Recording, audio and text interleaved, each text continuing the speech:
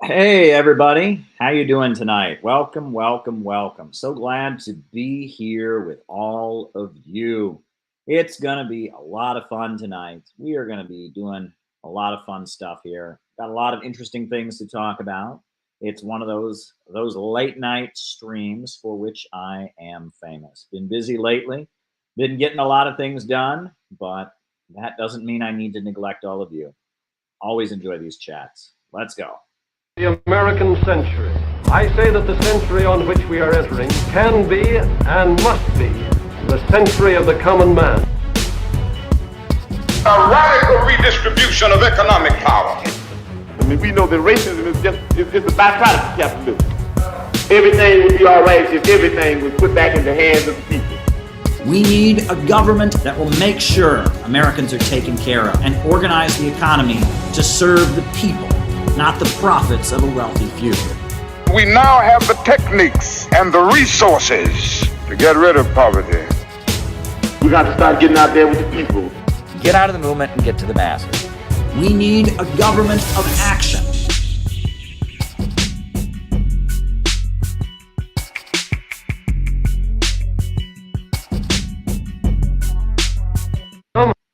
Welcome, everyone. Welcome, welcome, welcome, welcome. So glad to be here. So the way this works, for those of you who may not be familiar, the way this works is I give my opening remarks. That's just what I want to say tonight. I come out here and I look into this camera and I speak into this microphone and I say it. And while I'm saying my opening remarks, speaking my opening remarks, while I am doing that, people who have super chat questions, things they would like me to speak about in the second half of our show, they send me super chats. And so when these super chats come in, I write the super chat questions down as they come in. I type them down. And then when my opening remarks are over, I then do a roll call. We find out who is on the other side of the camera. We have a good time, names and locations, and I call everybody out. It's always so much fun. And then after that, we then do me answering super chat questions for the rest of the night. That's the way we do it. So if there's something you want me to talk about in the second half of the show, shoot me a super chat. I will write it down. That's the way it works. One quick request: if you could please tweet this out, let more and more people watch. We're streaming right now on Facebook, YouTube, and the Rockfin, and then later this will be uploaded to Rumble. This will be uploaded to what is it? There's the Rumble, and then there's another app that this gets uploaded to, Odyssey. Rumble and Odyssey. It'll be on Rumble and Odyssey afterwards. So by all means, please tweet this out. Please share this. Please let your friends know you're watching. Please drop it in your favorite Facebook chat group. Please drop this in your favorite Twitter chat group. Let everyone know that we're here and we're having a great time, because the more people who watch, the more people who have fun, and that's the way it works. So that's my request to you. Quick couple business announcements. For those of you who may not realize, February 19th is a very, very, very important day. February 19th is going to be the day of Rage Against the War Machine, which is the most important anti-war protest, or really protest of any kind, that has happened in this country in decades. And the Center for Political Innovation is a sponsor of that rally. And it's going to be awesome. So please go to Washington, D.C., participate in the protest. It's going to be amazing. Chris Hedges is going to be there. Dan Kovalik is going to be there. Tulsi Gabbard, the congresswoman, she is going to be there. Judge Napolitano, Max Blumenthal, Dan Cohen, Anya Parampil. Oh my goodness. I mean, Judge Napolitano. Dennis Kucinich is going to be there. I mean, it's turning into an all-star event. It's turning into an all-star event in Washington, D.C. It's going to be the most important anti-war protest of your lifetime. So go to it. It's sponsored by the Libertarian Party, sponsored by the by the People's Party and by the Center for Political Innovation, among other groups. Go to it and afterwards come to our reception.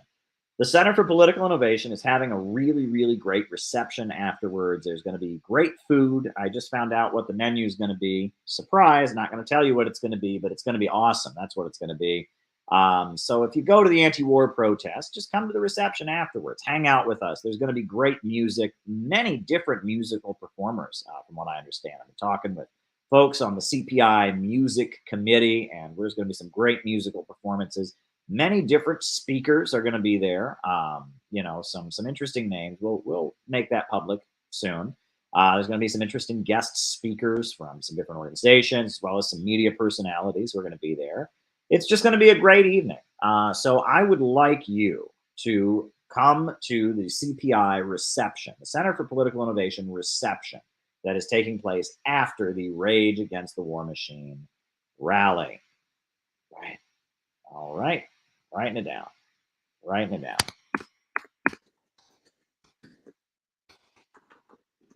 People.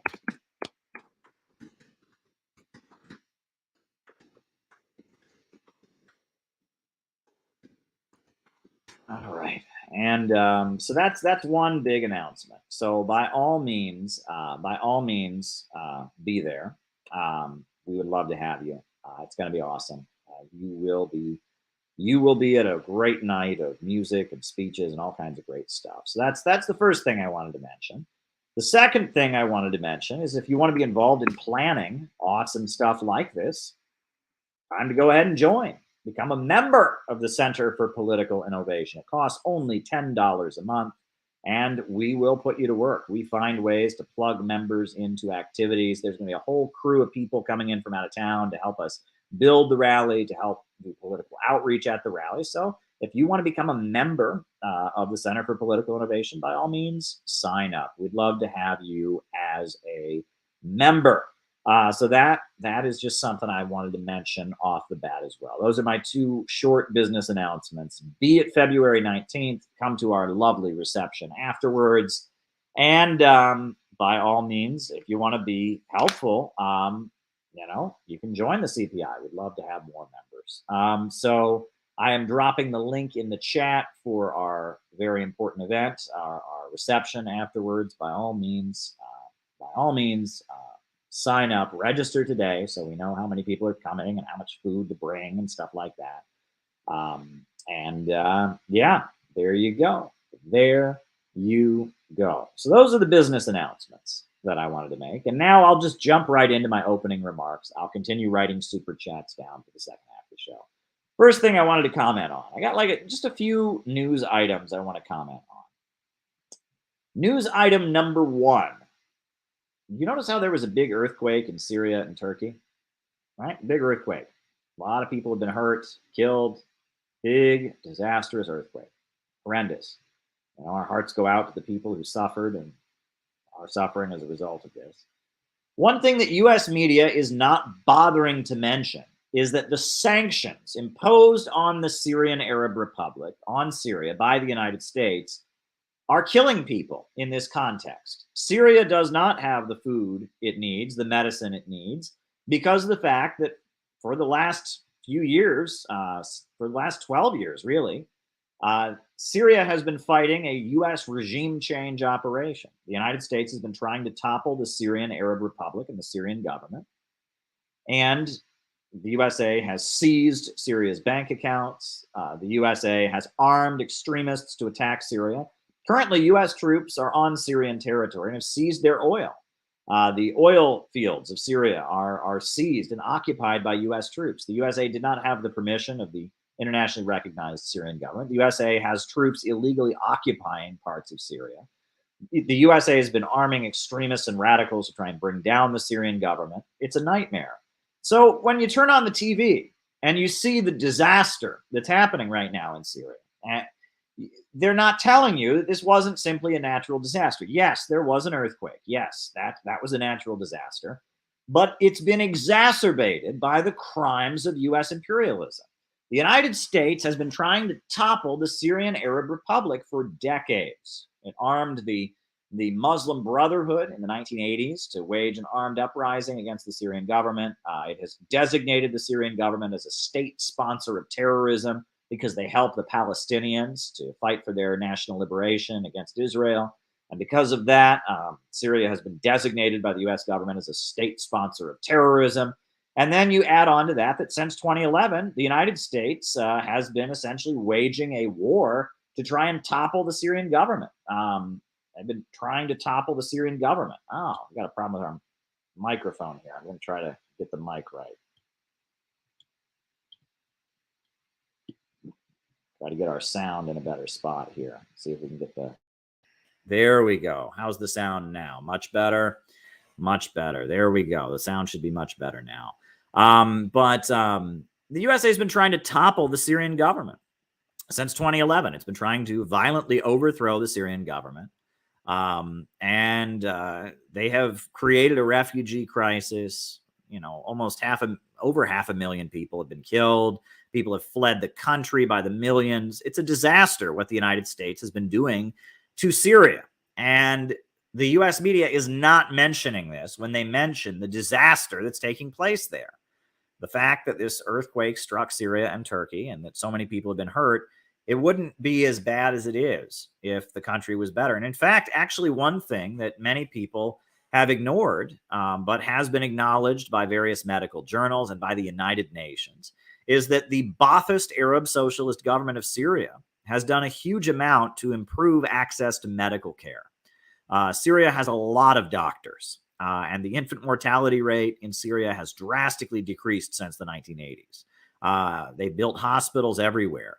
You know, you can read for yourself the data provided by the United Nations and provided by the U.S. State Department, the U.S. Library of Congress. Go and read. You know, if you want good information, if you want like statistical data on countries, the U.S. Library of Congress has what's called the country studies, right? And this was done in the 80s, you know, and it goes into detail just about every country in the world.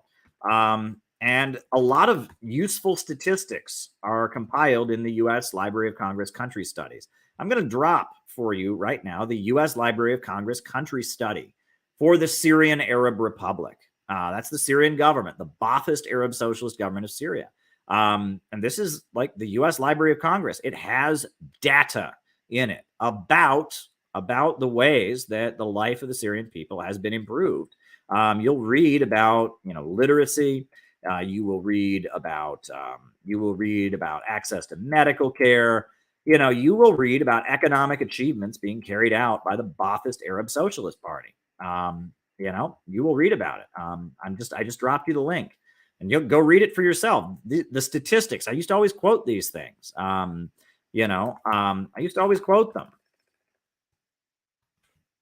I used to always quote these things when I was talking about economic development and the role of socialism around the world, because, you know, these country studies, yeah, sometimes the way they talk about things is a little bit slanted, but statistics, they don't tend to lie with the statistics. I mean, the statistics are just there, right? And you will read about how life has gotten better for the people in Syria due to Ba'athist Arab socialism. And, you know, medical care has greatly expanded. Literacy, they basically wiped out illiteracy in Syria. They brought, you know, universal compulsory education. The Soviet Union built huge hydroelectric power plants in Syria.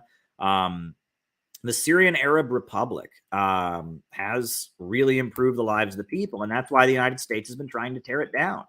And there's been various attempts to overthrow socialism in Syria, and the most blatant example was in 2011, when you had, you know, the Arab Spring, which the United States started funneling weapons into Syria and turning into a civil war. I will link you an article that I wrote for Mint Press News, The Truth About Syria, a Manufactured War Against an Independent Country, where I get into great detail about what socialism in Syria has done to improve the lives of the population, and how the United States has been working to tear down the Syrian Arab Republic. Syria used to be a very, very poor country, but under the leadership of the Ba'athist Arab Socialist Party, which is in coalition with the Communist Party. The Communist Party is a big part of the Syrian government. They're not the ruling party, but they're part of the ruling coalition in Syria, right? There's actually two communist parties in Syria. There's the Communist Party of Syria and the Syrian Communist Party, Bakdash. And those two parties are part of the ruling coalition, and they have done quite a bit, in their leadership of the country to improve people's lives. I'll show you in my article, I talk about how, with $100 million loan from the Soviet Union, they built hydroelectric power plants and electrified the whole country. I talked about how in 1981, 42% of Syria's adult population was illiterate. But by 1991, they had wiped out illiteracy. In 10 years, they went from 42% illiteracy among adults to wiping out illiteracy. That is a huge development in terms of improving people's lives. That's a huge, huge development that the Syrian Ba'athist Arab Socialist Party carried out. It's massive. There's also a lot about the medical, the Avincia Journal of Medicine. It talks about how, the life expectancy in Syria has increased by 17 years, dramatically improving access to healthcare. The infant mortality rate has dramatically decreased during the same period. Syria has done a lot to improve the lives of its population. And so the United States, since 2011, has been tearing down Syria. And they started with the Arab Spring protests, which there were a lot of different people that were involved in the Arab Spring protests. Syria, there's corruption there, and there's problems in the government. There's no reason to deny that.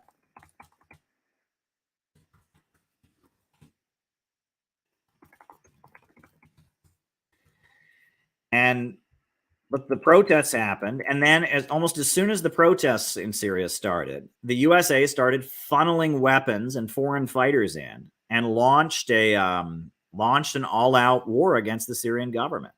And that war has been raging since 2011. People have been dying left and right, civilians, and it's been a disaster. And there's, ISIS emerged out of that conflict. The ISIS terrorists emerged. A lot of the forces that wanted to bring down the Syrian government were jihadists, Salafi, Wahhabi extremists of the Osama bin Laden type. And ISIS actually emerged from the terrorists being supported by the US government in Syria.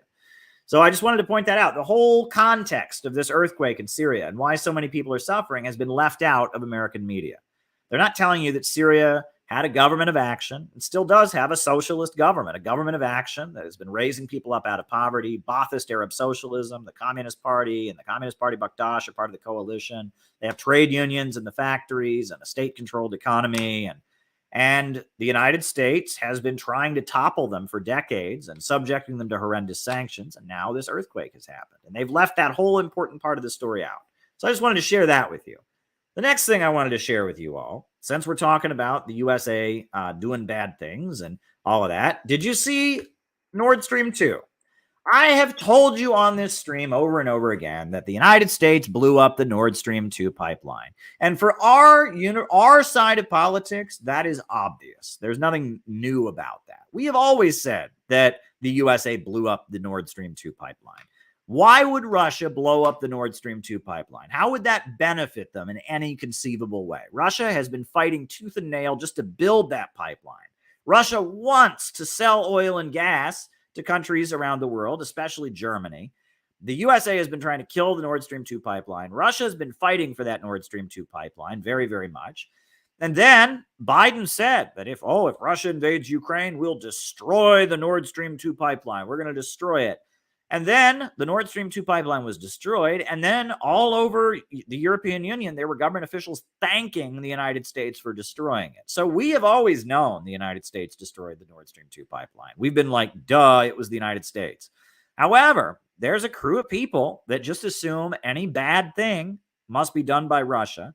And the U.S. government never would do something like that. And they were convinced, oh my God, why would Russia, why would the United States blow up this pipeline? And the United States blew up the pipeline. Now Seymour Hersh has come out with the expose. The facts are there. The United States blew up the pipeline, right? I mean, that's clear as day to anybody.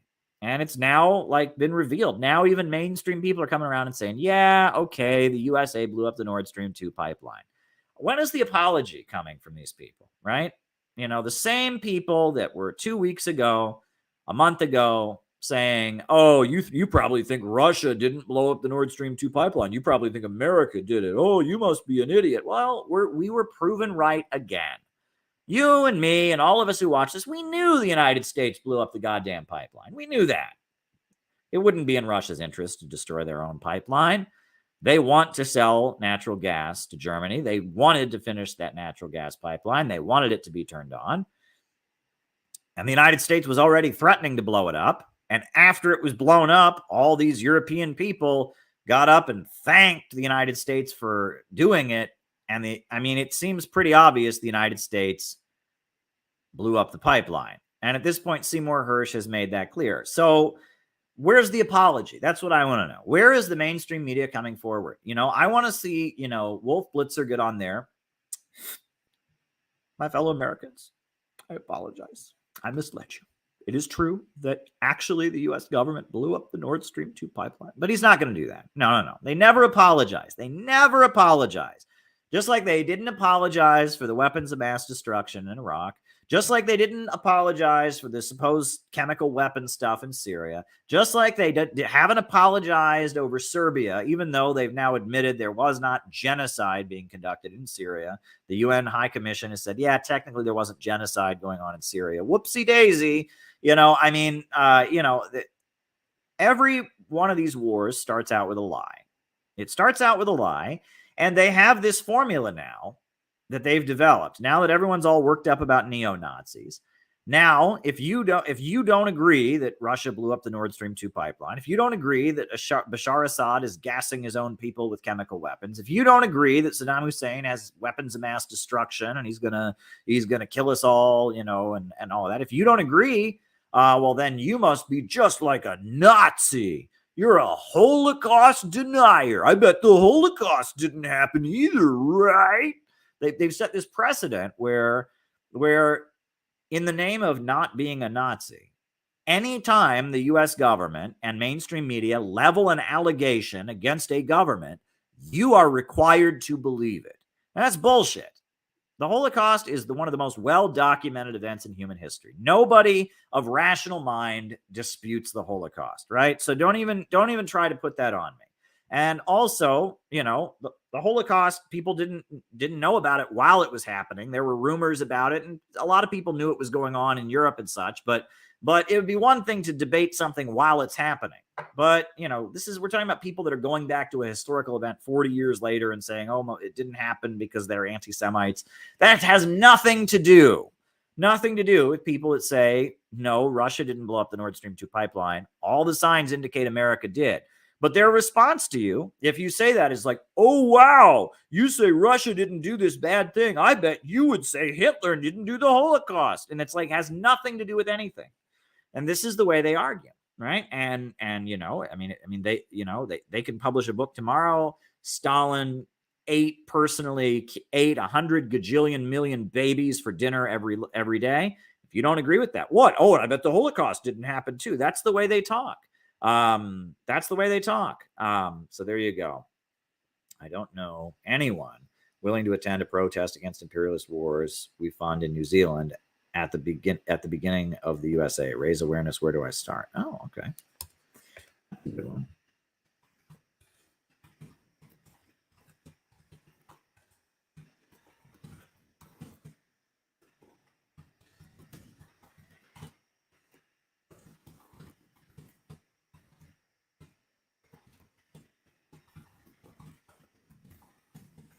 So people just need to take note of this, right? Just like Nicolas Maduro did not light his own food truck on fire. The food truck headed to Venezuela was not lit on fire by Maduro. It was lit on fire by the Venezuelan opposition. They lit their own food truck on fire to try and justify U.S. intervention. Every one of these wars starts out with a lie. They lie in order to justify war. That's what they do. Over and over and over again, they lie in order to justify their wars. And we see it over and over and over again, right? And they lied and said Russia must have blown up the Nord Stream 2 pipeline. And now there should be no doubt in anyone's mind about the fact that, no, it was the United States that blew up the Nord Stream 2 pipeline. We were right and they were wrong, right? And we're also right about the fact that Russia has held off intervening in Ukraine, and they only intervened because of 8 years of shelling and the disregarding of the Minsk Accords, etc. And we were right that Iraq didn't have weapons of mass destruction, and we were right about chemical weapons allegations against the Syrian Arab Republic that have been debunked. We are always right. I mean, we are always right. I mean, occasionally, yeah, we might get something wrong, but for the overwhelming majority of cases, the war propaganda turns out to be bullshit. And those of us who questioned it turned out to be right. But they never apologize. They never apologize. They never admit that it happened. I mean, they always just go along with it. And we need to hold their feet to the fire. We need to demand, point it out to your friends, point it out to your classmates, point it out to your coworkers. They lie, they lie, they lie, they lie, they lie. And they lied to everybody about Nord Stream 2. We were right the whole time because we are anti-imperialists and we have anti-imperialist instincts, and they lie. They lie, they lie, they lie, they lie, they lie. They lie, they lie, they lie, they lie. They lie, they lie, they lie. Right? All right.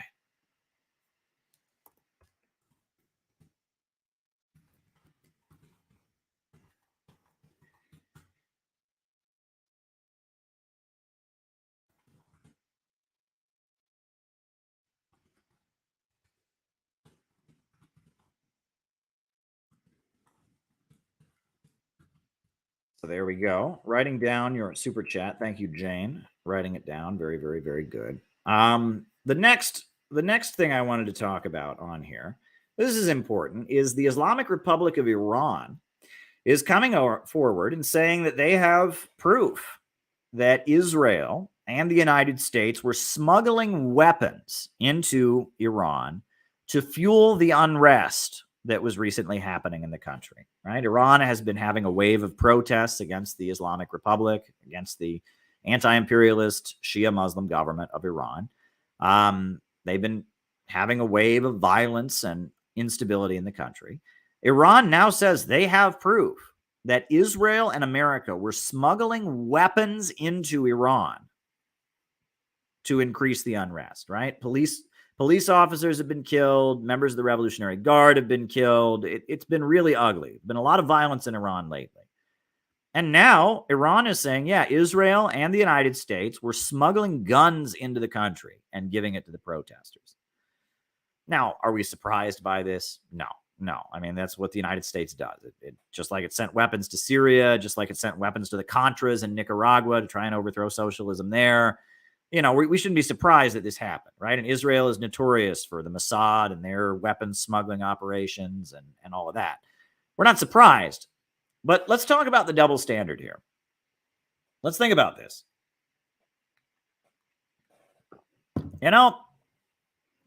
American media is angry that there's a TV network called RT that comes from Russia that puts out Russian viewpoints and puts out viewpoints that are not heard in mainstream media.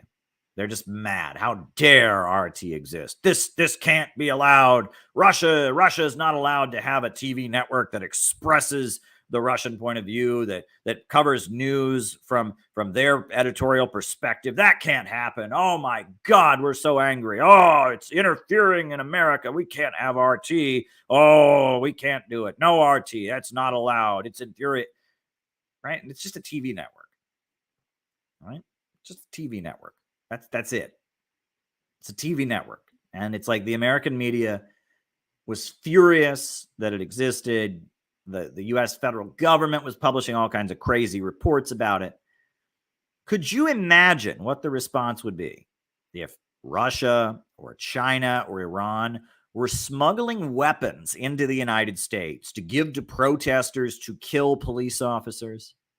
Because that's what Israel and America have been doing to Iran. We now find out that when there were protests in Iran, the American government and the Israeli government were smuggling guns and weapons to the protesters, which those protesters were then using to murder police officers.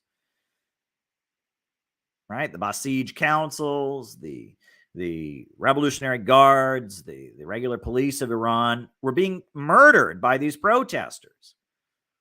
And the American government, what would be the response? Imagine that China was caught, sending boatloads of weapons to America to give to Black Lives Matter people so they could shoot cops. We would go to war with China over something like that. That would never be tolerated. Imagine that, that Cuba was caught, sending AK-47s to militia groups in the mountains of Montana that they were shooting it out with the FBI with. That would never be allowed. We'd go to war with Cuba over that. There'd be executions and, federal authorities would be arresting everyone who so much as touched one of those rifles. It would never be allowed to happen.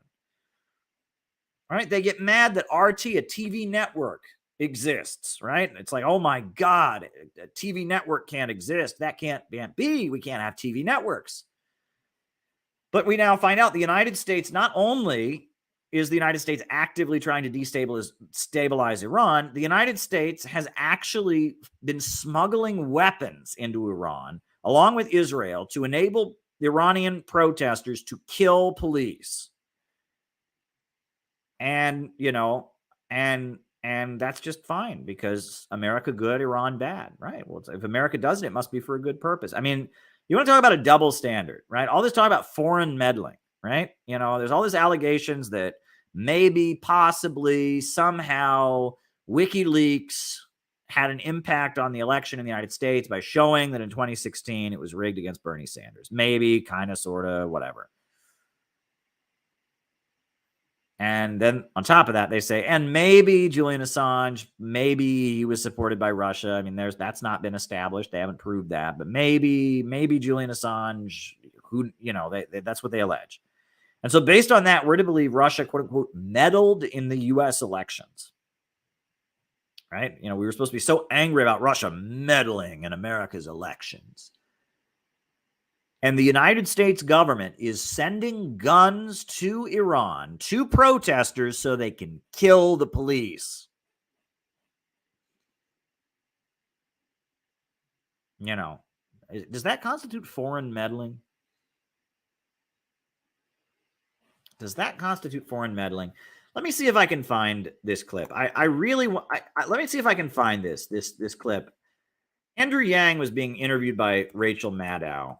And, let me see if I can find this because this shows you how stupid, American media, can really, really be. But I think this is the one. Let me make sure this is the right clip. But, Rachel Maddow's interview with Andrew Yang was really something special.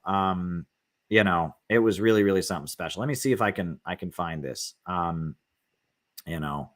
because it was really, really something special. I think I'll pull it up here, because this shows you how stupid they want us to be. And I will pull it up here. This is Andrew Yang was being interviewed by Rachel Maddow, and Rachel Maddow, she said some amazing things. So let me see if I can pull it up here because it's just, it's just infuriating. So there you go. Let me see if I can find this.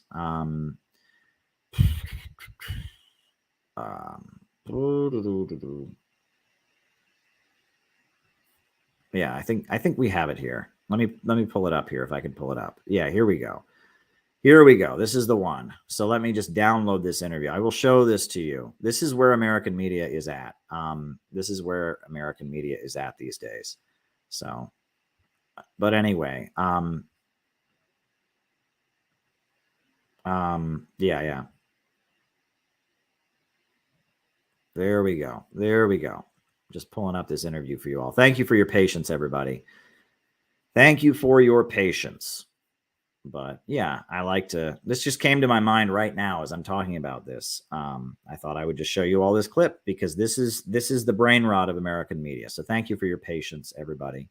I'm just waiting for the clip to download because this is a good way of demonstrating how ridiculous American media can sometimes be. But yeah. So, yeah, the double standards, the amount of governments that the United States has overthrown around the world. I mean, the amount of times the USA has put pressure on countries, you know, every time Venezuela runs, the United States puts pressure. Every time there's an election there, they clearly don't want the socialist leaders to win. They declare the election to be fraudulent. You know, there's a whole, you know, this when they talked about Russian meddling, that was classic because they bragged. The U.S. government bragged about how hard they worked to make sure Boris Yeltsin got reelected in 1996. They even made a documentary about it. And the Clinton administration bragged that they worked really, really hard to make sure that Boris Yeltsin got reelected. The USA meddled in the 1996 elections in Russia and bragged about it. And no one considered it to be a scandal, right? The main opponent was the communist Gennady Zyuganov. And so the Americans said, oh, you know, it was just considered natural that the USA would intervene in such an election. You know, people talk about 1973 in Chile when Salvador Allende was the president and he got elected democratically and the USA backed Augusto Pinochet to violently overthrow him. There have been many coups against elected governments backed by the United States in Bolivia, in many parts of the world. You know, the USA originally supported Marcos when he came to power in the Philippines. You know, there was a coup against the elected government and they supported Marcos taking power. So there we go. All right. Here we go. All right, folks. All right. Now this clip is really something special. And I mean, this should show you, this should really, really show you this clip I'm about to play here. That the night. Hold up. We got to go a little further into it, but it's really, really something special. 7:15. This is where American media is at. This is the level of discourse we have in the United States right now. Right.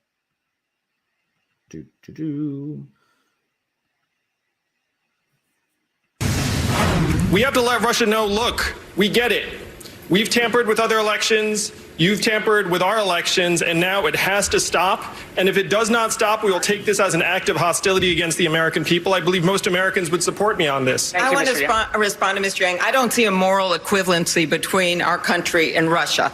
Vladimir Putin is someone who has shot down planes over Ukraine, who has poisoned his opponents. And we have not talked about what we need to do to protect ourselves from Russia invading our election. This wasn't meddling.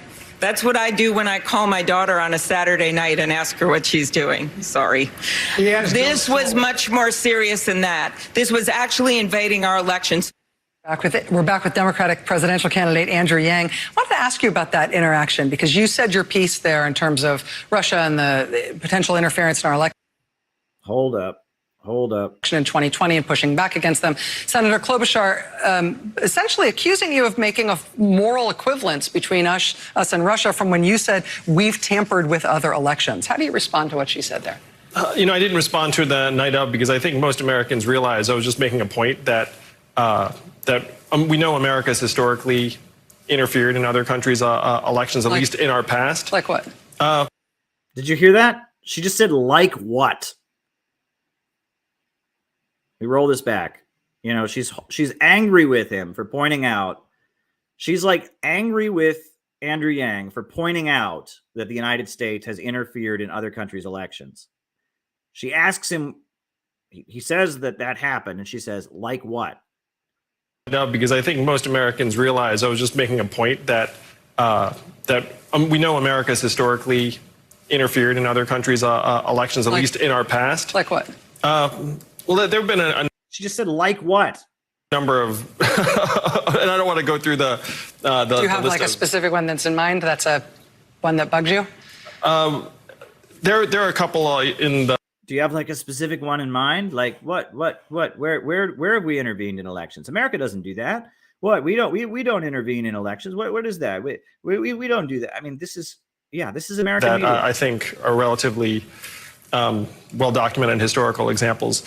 But I think most Americans realize that. And it's like he's scared to say one, too, right? He can't say, well, geez, every time Venezuela has an election, Russia's elections in the 90s, basically all kinds of African countries, basically all over the world, the United States is working really, really hard to make sure pro-imperialist, free market, neoliberal candidates get elected so American companies can rule the world. And he's just like, shit, I don't want to get canceled. We do need to defend our elections against Russian interference. And we do need, give me a break. Yeah, this is his opponent. And we have not talked about what we need. Election in 2020 and pushing back against them. Senator Klobuchar essentially accusing you of making a moral equivalence between us and Russia from when you said we've tampered with other elections. How do you respond to what she said there? I didn't respond to the night of because I think most Americans realize I was just making a point that we know America's historically interfered in other countries' elections, at least in our past. Like what? Like what? Well, there have been a number of, and I don't want to go through the. I'm nervous. I'm laughing because I don't want to get canceled. And why are you doing this to me, Rachel? Don't make me tell the truth about American imperialism. Don't make me say the obvious thing about why this Russia meddling narrative is complete bullshit. Have like a specific one that's in mind? Can you think of like one example where America's ever intervened in an election before? Can you think of one? Gio? There are a couple let's say in our hemisphere that I think are relatively well-documented historical examples. But you can't even say like South America. You say like in our hemisphere, maybe. Like this is, that's where American media is at. You have to. They really, really want you to be stupid. And the sad thing is, Rachel Maddow knows better than that. She really knows better than that. She's not stupid. She used to be on Air America back when liberals talked about stuff like this. And she knows better than that. She's just playing stupid because that's the assignment she's been given by U.S. imperialism. So, I mean, that's where we're at with that. I wanted to mention a couple other things. I noticed that Tulsi Gabbard, I'm a big fan of Tulsi Gabbard. She speaks up against regime change wars. She's calling out the police state and the violations of our civil liberties. And I'm a big fan of Tulsi Gabbard here. So I just thought, since Tulsi Gabbard recently testified about the federal government and how it's manipulating the political process via social media, she just gave this testimony before Congress. And it's pretty good stuff. So this is, Congresswoman Tulsi Gabbard. Jordan, Ranking Member Plaskett, and members, aloha. Thank you for the opportunity to be here to speak with you today.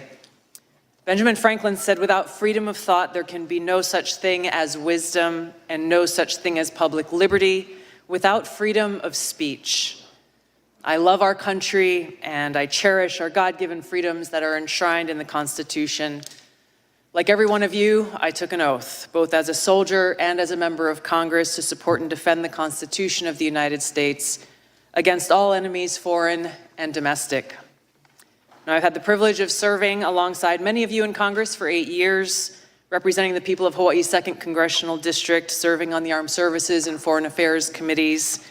I'm honored to be able to continue to serve as a Lieutenant Colonel in the U.S. Army Reserves now for almost 20 years, where during that time I deployed to 3 war zones and participated in multiple overseas training exercises, where I had the opportunity to see firsthand what life is like in countries where there is no First Amendment, where there is no free press, where government deems itself to be the moral arbiter to its people, dictating to them what is right and wrong, what can and cannot be said, who can speak, who cannot, who is free to worship, and who is not. Our founders understood the importance of enshrining our God-given freedoms in the Constitution and Bill of Rights to ensure that no matter which party or person may be in power at any given time, our founding documents serve as a reminder of these freedoms that are guaranteed to every American. Thomas Paine said, "He that would make his own liberty secure must guard even his enemy from opposition. For if he violates this duty, he establishes a precedent that will reach to himself." We cannot be so short-sighted as to thinking silencing speech that we don't like today will not result in our own voices being silenced tomorrow. The work that you've all been charged with in this committee affects all Americans, and it is too important to allow it to fall victim to partisan politics. No matter how deep your differences, we must all agree to stand on the side of liberty.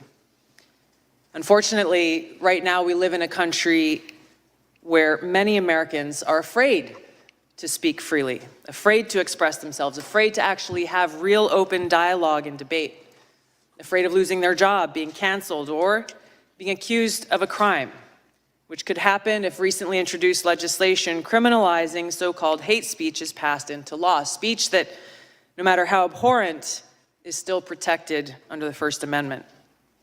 Now, this fear and this culture of fear and self-censorship is not unfounded. We have individuals in our government often working through their arms in the mainstream media and big tech, doing exactly what our founders rejected, trying to control what we, the people, are allowed to see and say under the guise of protecting us from so-called misinformation or disinformation. Now, of course, they appoint themselves as the sole authority and voice of truth, of information. Yeah, the Twitter files are a great example of that. The FBI and Twitter were walking hand in hand to suppress certain opinions and viewpoints. Backed by the most lethal force on earth with the power to target anyone they deem a threat. They alone are the ones, self-designated, who get to decide what is true and what is false, what is information and what is misinformation or disinformation. They say they're doing this for us, that they're doing this for our own good, to protect the people. But in reality, the truth is they think that we're too stupid to think for ourselves, too stupid to discern for ourselves and to draw our own conclusions. Yes, and they openly believe in what they call the noble lie. This is a great example. This is Leo Strauss, the father of the neocons, who argued that his favorite television show was Gunsmoke, and that average Americans should think of world affairs like an episode of Gunsmoke, where the good guy is all good and wears a white hat, the bad guy is all bad and wears a black hat, and that the intricacies and nuances of politics needed to be reserved for this intellectual elite who rules over us, because after all, we're not smart enough to actually navigate these things. And so it was the job of American officials to dumb everything down and make sure that the philosopher kings got to rule over us. This is Leo Strauss, Persecution and the Art of Writing. And his whole thesis as a philosophy academic who taught in Chicago, who was a mentor to Susan Sontag and many of the neocon intellectuals, Leo Strauss, who argued that Americans and average people are deep down dangerous, that philosophy throughout history has been written in code, because the great philosopher kings, had to live in fear of the rabble, the inferior ones. And so you need a class of great intellectuals to kind of get together and protect freedom and lie and manipulate the masses and get them to understand things in a really simplistic, childlike way. This is all the teachings of Leo Strauss. And if you want to know how influential it was, we had two presidents, George W. Bush and Ronald Reagan, who in fact worked really, really hard to play up the cowboy persona. The intellectuals running the Republican Party, the neocons, were saying, we need to follow Leo Strauss. We need Americans to think of politics like Gunsmoke. And so we had two cowboy presidents. One of them was literally a guy who played cowboys on TV, Ronald Reagan. That's how influential Leo Strauss and his noble lie and his dumbing down things and brainwashing of the American people to get them to support war. That's how influential it was. But let's continue with Tulsi Gabbard.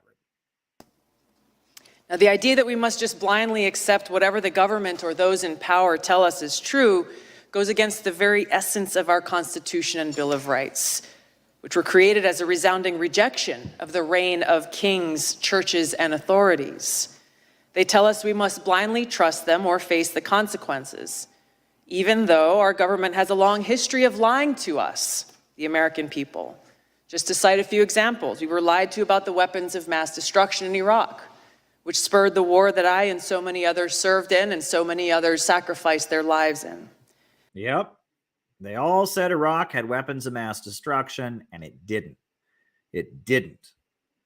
It's unbelievable. Unbelievable. Infuriating. And we should never let them forget it. Almost 2 decades claiming success in Afghanistan when in fact we saw failure after failure after failure coming at a great cost to this country. We saw lies about Vietnam that were revealed in the release of the Pentagon Papers. We saw lies about... Yep, the Gulf of Tonkin Resolution. It turned out that Vietnam did not attack American ships. That was a lie used to sell a war. Every one of these wars begins with a lie. And they lied about the Vietnamese. They lied about how they covered up killing civilians. They covered up how much support the National Liberation Front of Vietnam had, all to justify sending more American men over there to die to try and keep Vietnam poor. And now that Vietnam has broken free, it's raised itself up. It has a booming economy with socialism. You know, the life expectancy and living conditions have vastly increased as a result of socialism in Vietnam. Government illegally surveilling Americans. These are just a few examples. There are many more. Ranking Member Plaskett talked in her opening comments about how individuals in the FBI also throughout our country's history have abused their power, weaponizing those agencies to advance their own political interests. This is not and cannot be reduced to a partisan fight. The stakes are too high. We all must recognize our own responsibility to stand against such abuses. But as we sit here today, the danger is that if we choose to reject or challenge whatever those in power declare is the so-called truth, we are accused of being anti-authority. We are accused of being a danger to society, accused of spreading misinformation, and are then targeted, smeared, and called things like Russian asset, white supremacist, bigot, racist, sexist, extremist, traitor, and so on. Yep. And you can be sure, let me just add, that many of those smears are coming directly from the U.S. government. The U.S. State Department has a huge budget for combating disinformation on the internet research. You can be sure that a lot of the troll farms that go after me, that go after Scott Ritter, that go after Jimmy Dore are coming from the American government. You know, it is very clear. Certain people get targeted and certain people don't. Okay.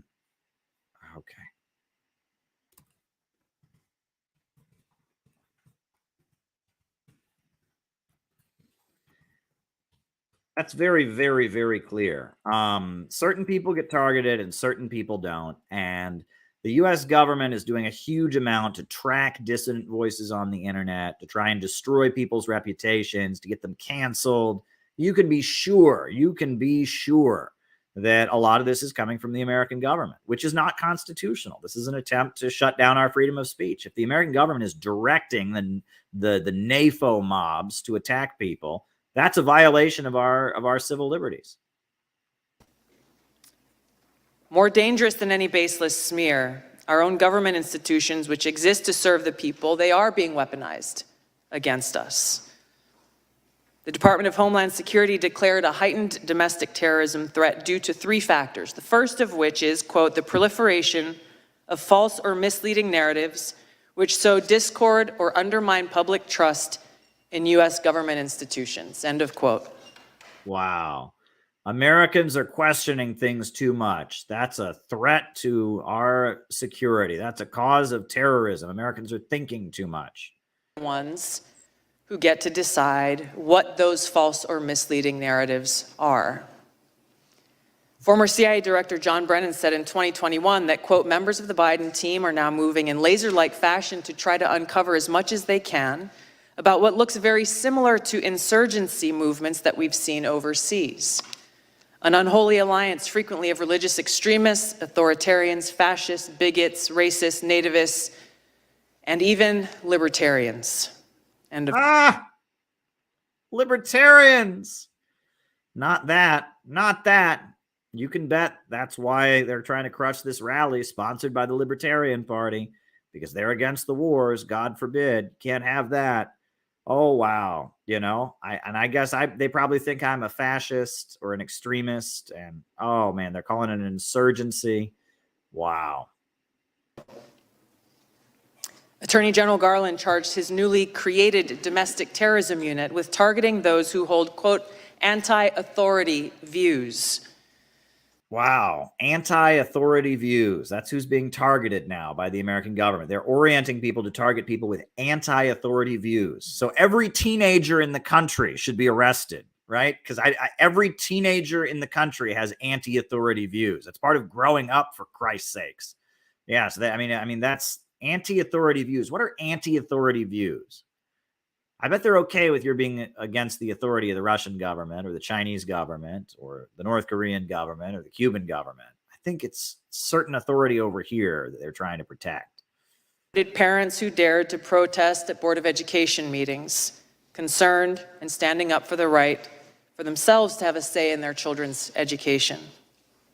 A draft copy of the Department of Homeland Security Quadrennial Homeland Security Review outlined their intent to target, quote unquote, inaccurate information on a whole host of topics, to include the origins of COVID, vaccines, the U.S. withdrawal from Afghanistan, and U.S. support to Ukraine. Their misinformation, disinformation, and malinformation team exists to, quote, counter all types of disinformation. Yeah, there's a whole wing of the government making sure that you talk about the U.S. withdrawal from Afghanistan and U.S. arming of the Nazis in Ukraine and the history of COVID, which at first couldn't have come from any lab. And then they say, well, it came from a lab in China. And now they say, even Jeffrey Sachs says, oh, maybe it actually came from a lab in America. But anyone who says it came from a lab has to be arrested, has to be shut down, has to be silenced on social media. Yeah, they've got a whole wing of the government designed to try and suppress people like you and I that question the mainstream narratives. Once again, they get to determine what this disinformation is. Meta CEO Mark Zuckerberg revealed on the Joe Rogan Experience podcast recently that Facebook limited the exposure of the New York Post Hunter Biden laptop story just weeks ahead of the 2020 election, only after talking with the FBI. Twitter. Remember that? There was an election coming up, and it was revealed that the son of the candidate running for president for the Democrats, Joe Biden, was involved in all kinds of shady business deals. His laptop turned up, and it revealed all kinds of notorious, not good activity being carried out. And so then the FBI went to Facebook, and the FBI talked to Twitter, and they said, you know what? Anyone who reports on it, we won't share it. That story is blocked. It's blocked. And now we find out that it was true. Wasn't fake news. It was true, the Hunter Biden laptop story. But the FBI was going around to social media outlets and trying to make sure they didn't report on a story that was true. Took similar action, but they recently apologized for doing so, recognizing that their decision was wrong. The cozy relationship between White House officials, the Department of Homeland Security, the FBI, and big tech is now well documented and results in private companies not restricted by the First Amendment doing the dirty censorship work of those in government who are not legally allowed to do so themselves. The threat big tech monopolies pose to our democracy is real and serious. I've had personal experience with this. After the first Democratic primary presidential debate in 2019, I was the most searched candidate of the night. Unfortunately, and suddenly, my Google Ads account was mysteriously suspended without any notice or explanation. There were no responses to our multiple attempts to resolve whatever problem could have caused this. But after some time passed, magically, my account was reinstated, again with no explanation or apology. But their actions limited my ability to connect with voters who were actively seeking more information about my candidacy and why. Wow. Social media, she was the most searched candidate for president. And so they rigged social media to make sure she didn't get any new supporters. Unbelievable. You think we live in just a free, open, democratic society? We have a group of Silicon Valley fascists ruling over us. No doubt about it. I was offering to serve them as President and Commander-in-Chief. This has not only happened to me, it's happened to other candidates running for various offices. Joe Kent, running for Congress in Washington State, is one I know personally of. This happens all the time, with these big tech monopolies interfering in our democracy by manipulating search results based on whatever it is that they want the American people to know about a particular candidate or issue that should be concerning to any one of us and all of us. Now, recently, we've learned that with the release of the Twitter files detailed by Matt Taibbi and others, high-level former FBI and CIA and other government officials were behind Hamilton 68 and their list of 644 social media accounts supposedly linked to, quote, Russian influence activities online. Now, Hamilton 68's work was widely cited as fact by institutions like Harvard and Stanford, by mainstream news organizations across the board, by members of the House of Representatives and Senate from both political parties, including the head of the Intelligence Committee. The problem is, it was false.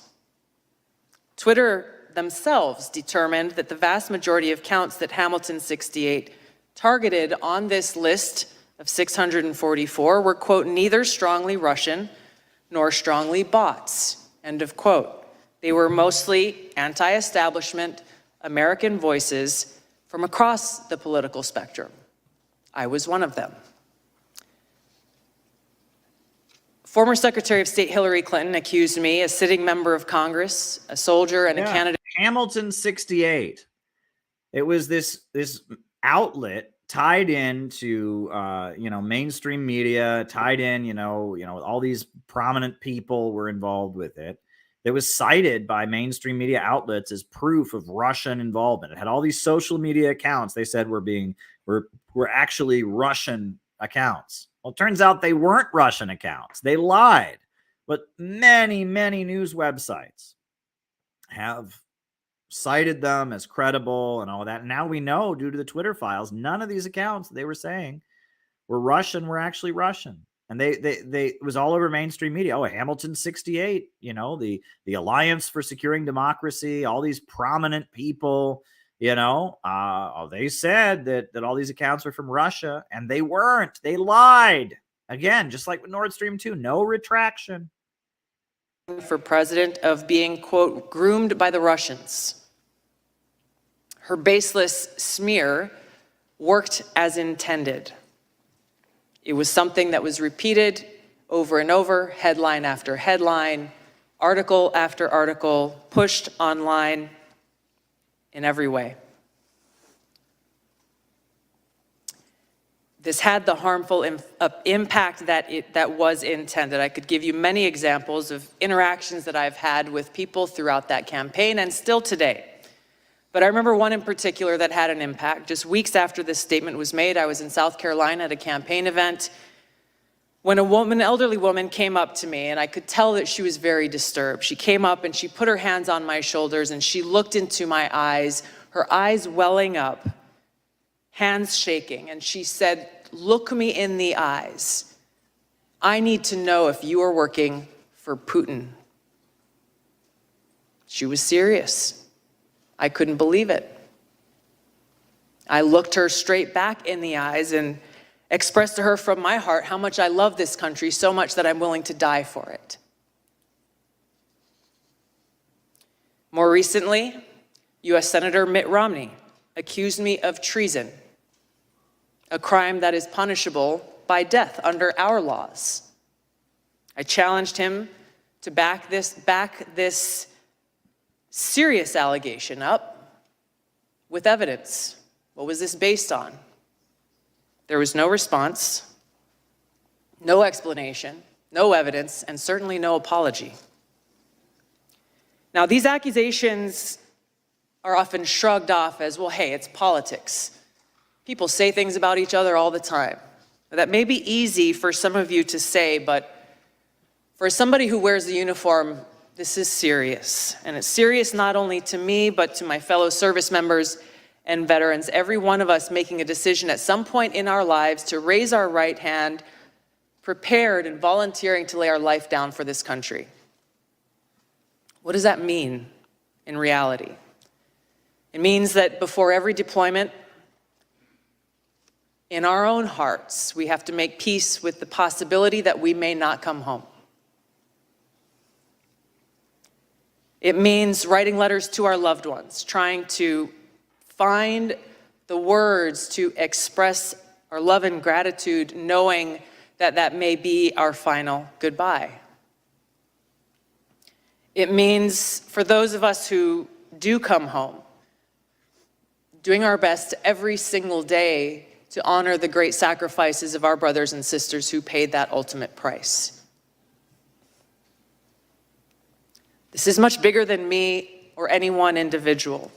When those who dare to challenge the establishment are targeted by this powerful conglomerate of government, corporate media, and big tech, weaponizing all that they have against the people for their own selfish gain, it has a dangerous chilling effect on free speech, and it sends a very powerful message. If you dare to challenge us, we will come after you. The more we allow this to happen, we start looking less and less like a democratic republic and more like a banana republic. Instead of a government ordained to secure these rights, we are now increasingly facing a government determined to take those rights away. George Washington warned, "For if men are to be precluded from offering their sentiments on a matter which may involve the most serious and alarming consequences that can invite the consideration of mankind, reason is of no use to us. The freedom of speech may be taken away, and dumb and silent we may be led like sheep to slaughter." We have to stop this insanity and protect these sacred freedoms. Vanquish the fear and self-censorship that is now pervasive. Every one of us taking action to breathe new life into the open marketplace of ideas that is at the heart of a thriving democracy, encouraging vigorous and substantive debate, encouraging people to think for themselves so we can draw our own conclusions, where we can disagree without devolving into hate, where we can respect each other as fellow Americans and treat each other with aloha. The work you have before you is critical for all of these reasons. The stakes are high. The consequences, for better or worse, will be long-lasting. And for the sake of the American people, our freedom, and the future of this country we love, I pray we can set aside our partisan differences and commit to standing together to defend the constitutional right of every American to live free. Thank you, Mr. Chairman. Wow. Folks, Tulsi Gabbard is really, really important. You know, she's not perfect. I don't agree with her on absolutely everything. You know, she's not me. She's not a communist. And, you know, she's different than all of us here. But she is so important. And if you can't understand how important it is to have someone get up and talk the way she's talking, and how important it is that she's going to be at a huge anti-war protest sponsored by the Center for Political Innovation, you can't understand how important this is. I don't know what to tell you. We got to get over. We got to get over the purity politics, and we got to get over the idea that it's all just about grandstanding on the internet. We are in a period where things are getting much more dangerous. The United States is slipping into a low-wage police state and gearing up for a new world war. And in these times, it is our responsibility to get the job done. We need to stand up against the low-wage police state. We need to say no to the drive toward war. We need to demand a government of action that fights for working families to provide jobs and housing and healthcare and education. We have got a lot of work to do, and getting the work done requires us to be serious. Folks, you need to get your ass to D.C. on February 19th. You know, there's a lot of protests that go on that aren't very important. February 19th is probably the most important protest in my entire life. There has never been an anti-war protest in my lifetime that has been as important as February 19th. And you can tell that because they got their knives out and they're coming for it, and they're trying to cancel it from the left and cancel it from the right. They're afraid of what is developing. They are really, really afraid of what is developing. Get your ass to D.C. on February 19th. Even if you can't make it to our reception, our CPI event afterwards, even if you can't make it, that's okay, right? Just come to the rally, for Christ's sakes. Come to the rally. It's so important. It is so important. Rage Against the War Machine is so, so, so important. The fact that this woman is there, the fact that she's active duty, that she's an active duty U.S. military person. There's a section of the American government that is gearing up to stand up to the degrowth faction, the ultra rich, the ultra monopolies that are trying to impose degrowth, woke fascism, and a new world war, a low wage police state on America. There is a faction within the ruling class that is willing to stand up to them, and we need to be part of this. We absolutely need to be part of this. It is urgent that we take action in these times. So I wanted to end my opening remarks with that. So hit the like button, hit the subscribe button, hit the notifications bell. Make sure you hit that like button. Make sure you hit that subscribe button. Make sure you hit the notifications bell. We got plenty of super chats to answer in the second half, but if you have more super chats, by all means, send them my way because I'm happy to answer your super chats. Let's do it, folks. Names and locations. Names and locations. I will call you all out as I see you. Names and locations. Who is with us tonight? Names and locations. Who's with us tonight? Who's with us? Names and locations. Names and locations. Names and locations. Who's here? Who's on the other side of the camera? I will call you all out as I see you. We got Nina in KCMO. We got St. David's, Bermuda. Klaus Kinski in Germany. We got Randall in Lexington, Kentucky. Richmond, Virginia. Adelaide, Australia. Jim in Harrisburg. Shout out to you. Stephen Ann in Georgia. David in Remley, Ontario. We got John McCarthy in Chicago. We got Jared R. from Virginia. Alex from Brazil. We got Jenny Lynn in Cincinnati, Killian in Milwaukee, Anthony from Detroit, Charles K. We got Patty in Joshua Tree. Shout out to you. We got Tommy G in Switzerland, Abel Malcolm in Milwaukee. We got Mr. Shoppin in Kansas. We got Fiji. Kurt Boss is in Fiji. We got Tyler from Missouri. We got Cleveland Pirate Alex, Amber Lee in Washington State, Bob Troy in New York. We got SG in New Jersey, Douglas in Newfoundland, Phuket, Thailand, James H. We got George Vlad in Chicago. We got Sam in Chicago. We got Briggy in Pennsylvania, Abel in Milwaukee, Patch in Arizona, Nigeria, Canada, Vancouver, Steve in Boston, Che Guevara in New Mexico, Kuala Lumpur, Malaysia, Superman from the planet of Kryptonite is with us. Thank you, Sam John.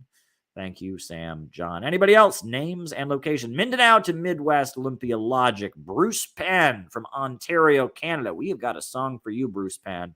A song for you later. That'll be after we finish the roll call. Bruce Penn, a special song for you. Kieran from San Diego is with us. Welcome, Kieran. Pentagon Oops. There we go. Pentagon Oops. Very good. Names and locations. Names and locations. Who is with us? Names and locations. Names and locations. Who is with us? Who is with us? We got somebody in New Mexico. Che Guevara is out in New Mexico. James H. is greeting anti-imperialism. We got Hoax Balloon Canada. Yada Yisrael from Chicago.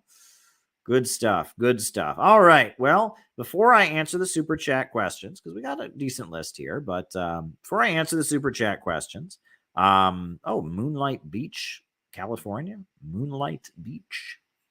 I've told you all I want to popularize communist music, that I like communist music, and that I ironically like the music of Cornelius Cardew. Cornelius Cardew was a very famous composer in Britain during the 1970s.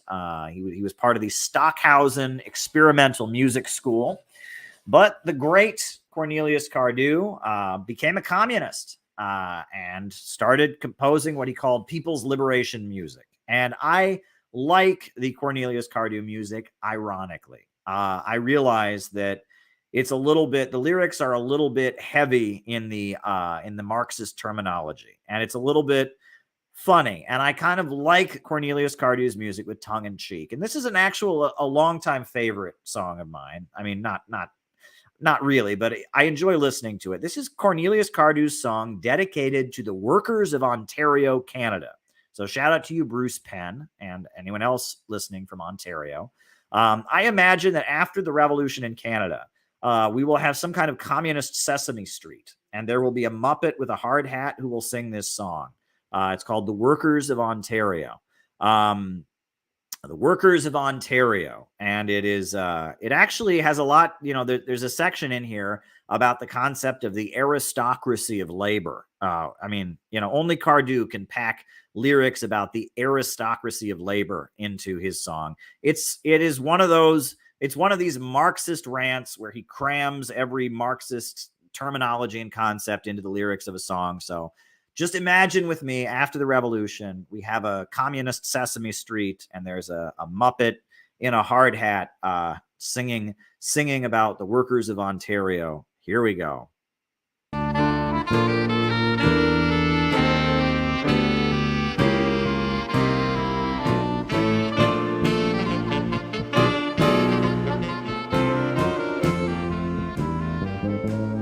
We are the workers of Ontario, the workers of Ontario. We hail from the north and from the south. In the north we mine the ore, in the south we manufacture. We are a part of the Canadian proletariat. We are workers of Ontario. We work for the rich of the United States. We work for the rich of Canada. We work under the yoke of wage slavery, hauling the riches out of the earth, manufacturing commodities for the rich to sell. We are the workers of Ontario, a mighty section of the Canadian working class. We are the workers of Ontario, the workers of Ontario. We hail from the north and from the south. In the north we mine the ore, in the south we manufacture. We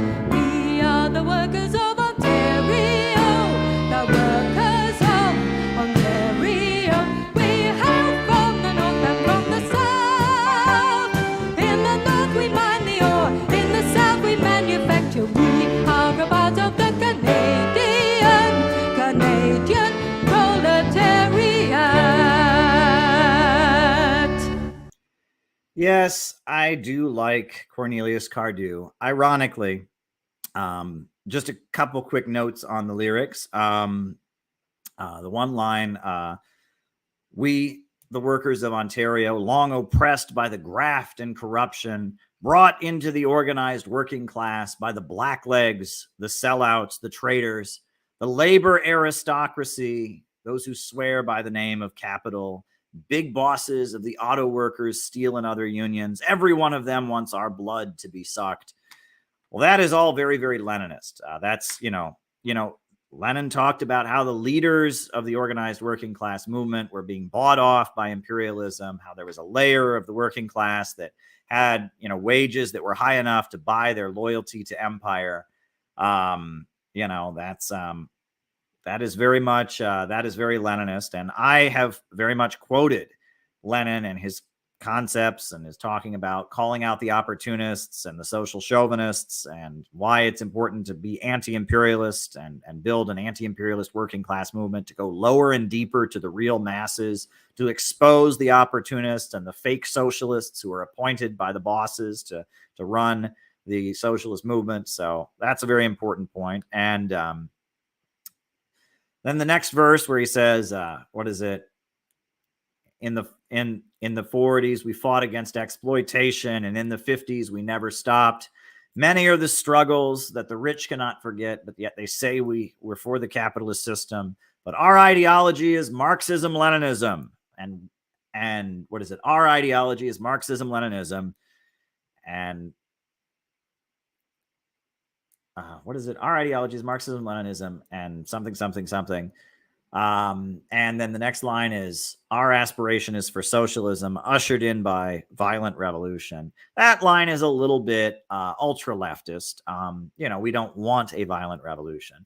The understanding is that as capitalism moves to a crisis, the capitalists increasingly become violent and suppress democratic rights and force a situation where workers are no longer able to take power democratically. But we don't want that. We prefer a peaceful transition to socialism through the democratic process. But because, Cornelius Cardew was a Maoist communist and later a follower of Enver Hoxha in Albania, he was probably trying to call out the old Canadian Communist Party that he thought was revisionist, not revolutionary enough. So that line about violent revolution was probably intended to make him look more radical in comparison to the old Canadian Communist Party. But that's not how I would frame things. I would always make clear we advocate a peaceful transition to socialism, and it's the capitalists that would force a violent revolution by moving toward fascism. So that's an important part to make. But yeah, I really do enjoy, do enjoy Cornelius Cardew's music in an ironic way. I know it's not the most aesthetically pleasing, but there is something about the way he crams Leninist concepts into the lyrics. And like I said, I imagine a Muppet in a construction worker hat singing that song on television after the revolution. But anyway, thoughts on people trying to cancel. I'm doing super chats now. If you have any more super chats, let me write them down. Thoughts on people trying to cancel the rally because of Scott Ritter and other personalities. Bullshit. That's what I think. I think it's bullshit. I love Scott Ritter. Scott Ritter is an amazing, important anti-imperialist voice. That's what he is. And I don't care what he did or didn't do with undercover police officers on the internet. I don't give a fuck.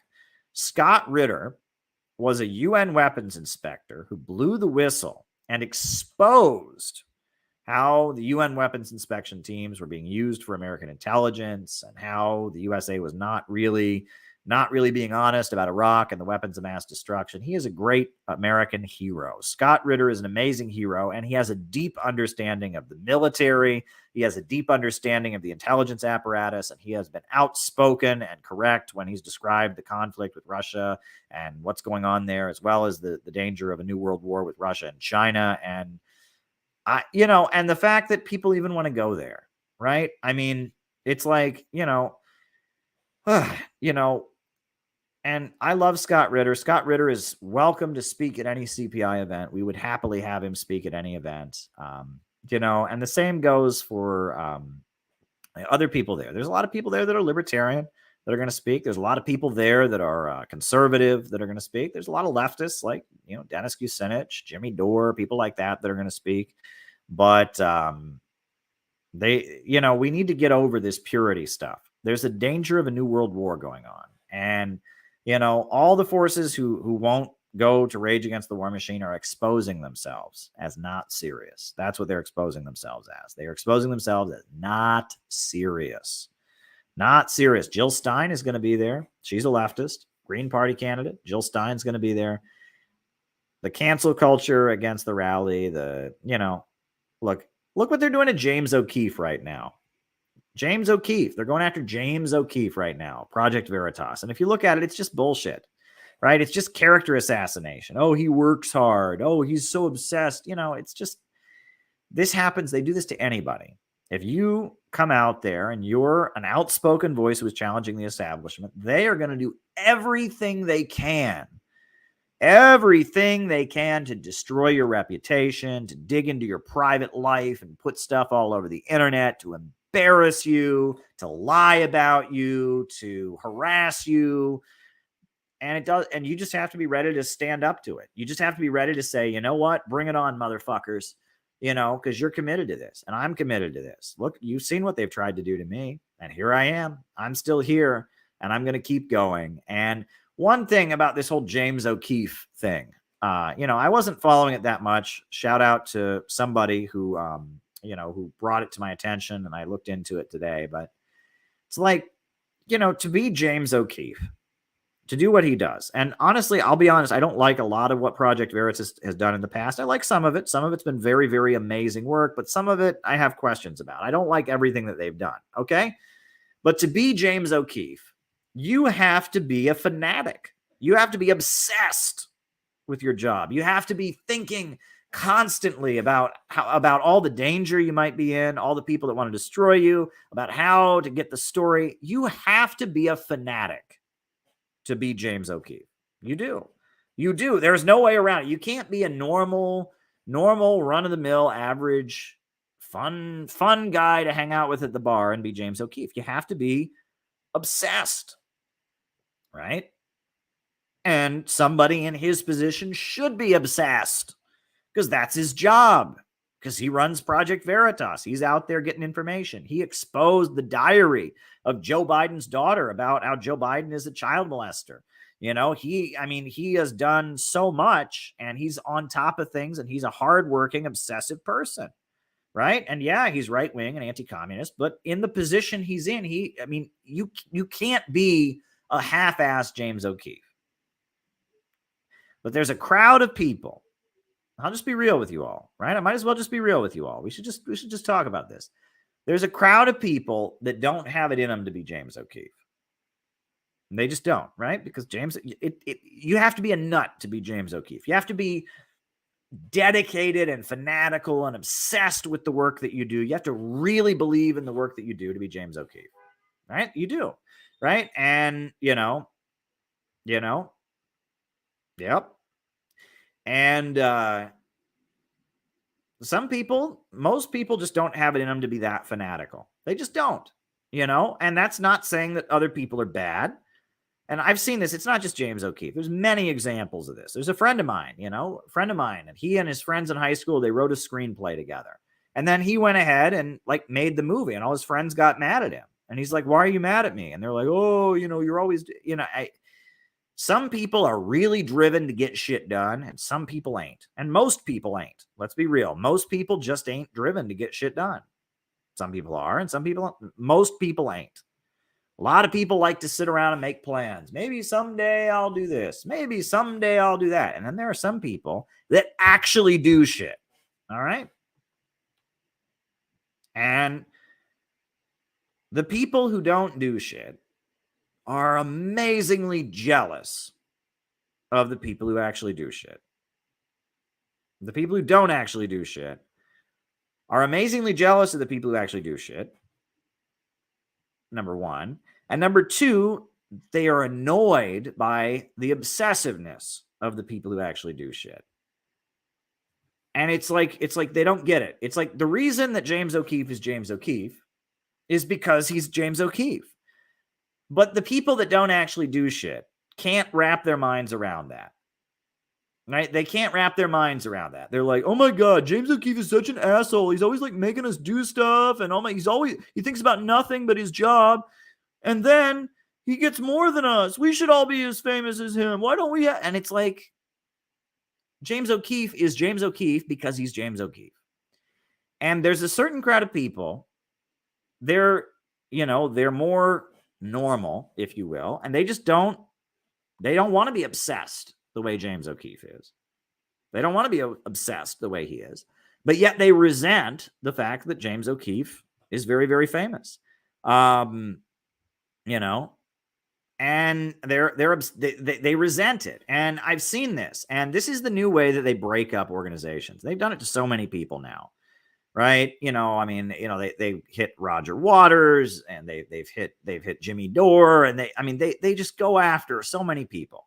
And it's like the people who actually get shit done tend to be people that are very obsessed and very dedicated and dig into these things. And there's certain people that just don't have it in them to be like that. They don't want to be like that. They want to be normal. They just want to hang out and drink and, whatever. And then they resent the people who actually get the shit done. They hate them for being obsessed, number one. They can't understand that these people that have it in them to be James O'Keefe are like obsessed. Like their brains work differently, okay? And they hate them for that because they're not normal. They're not normal. They hate them for that, number one. And then on top of that, they hate the success that they have. It's like they can't be successful. They can't be successful because they're weird. They're different. And it's like they don't understand this, right?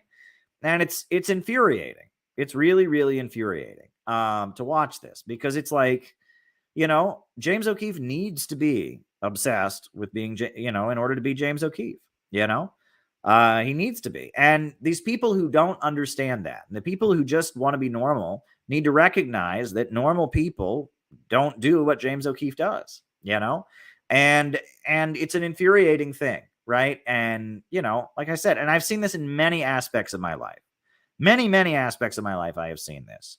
Right. A friend of mine, he and a few of his high school friends, they wrote a screenplay. Good for them. Right. But then he actually went ahead and made the movie.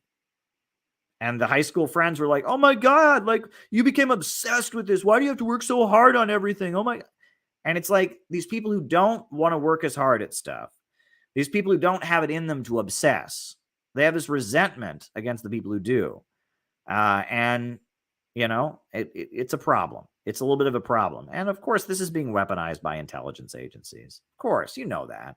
This is being weaponized by intelligence agencies. This is what they do. And anybody who gets shit done, anyone who's obsessed, anyone who works really, really hard to try and build dissident movements or currents, they get attacked this way. I don't like a lot of what Project Veritas has done, but I can see that what they're doing to James O'Keefe right now is just bullshit. It's bullshit. And we should start to recognize this kind of thing. It's bullshit, right? There's a certain number of whiny people, who just want to whine. Oh my God, he made me drive someplace. Oh my God, he's such a narcissist. He thinks so much of him. And it's like these people, it's like one of the first signs that someone's jealous is when they start calling somebody a narcissist. That's like, it should go off. Ding, ding, ding, ding. It's like, you don't like yourself as much as you perceive them as liking themselves. That's what they're really saying. Right. It's like, oh my God. Yeah. And that, these people that don't have it in them to actually go out and get shit done, but they just want to sit back and complain and whine about those who do, and nowadays, that's the thing. Nowadays, you don't really have to wait for other people to open doors for you. I mean, you can. I mean, it helps, right? But, I always say to people, do what I do. Start streaming, and a lot of you among this community have started doing it. If you have it in you to stream, right? Just do it. Just start streaming, and people do it. Good. You know what I mean? Nowadays, it's a lot harder to get in people's way. Used to be, and I could tell you some stories. I could go on about this all night, but it's actually not a good topic to get into on here. But, if you want to create, if you want to write, if you want to give speeches about socialism, if you want to, do YouTube streams about anti-imperialism, do it. Just do it. And the crazy thing is, I want you to succeed. I want the Center for Political Innovation to cultivate people to be successful. That's what I'm trying to do. I am not here to hold people back. I am not here to say, no, you shut up and let Caleb be the center. I'm not here to do that. And I have done nothing but put other people forward and promote other people, try to encourage people to do stuff. But not everyone has it in them to do the same kind of work that I do. And I recognize that. But these folks that are mad at me for doing what I do, I'm not going to stop doing what I do because it makes you feel embarrassed that you haven't done enough. You know what I mean? I'm not going to do that. You know what I mean? And it's really sickening. The people out there that they just don't have it in them to do the amount of work that I do, to do the amount of work that a James O'Keefe does or what I didn't, and it's fine. There's nothing wrong with that. But somehow they've decided to hate people who do have it in them and are driven and are passionate and are dedicated, number one. And number two, they then resent the success they have. They hate their personality because they do work so hard, number one. And number two, they then resent. It's like, it's unfair. They do so much and then they're successful. Well, I mean, come on, folks, right? Let me just point this out to you all, right? And I mean, there is a pamphlet, Lenin, Thinker and Fighter by Vince Copeland. And I'm going to put it up here on the screen if I can find it here. Yeah, Lenin, Thinker and Fighter by Vince Copeland, right? This is a pamphlet about Vladimir Lenin, the founder of the Bolshevik Party, right? And this is a pamphlet about Lenin and his contributions to socialism, right? It's by Vince Copeland, communist organizer in America, right? And that pamphlet is described how one of Lenin's opponents, I'll just read to you what it says here about Lenin, right?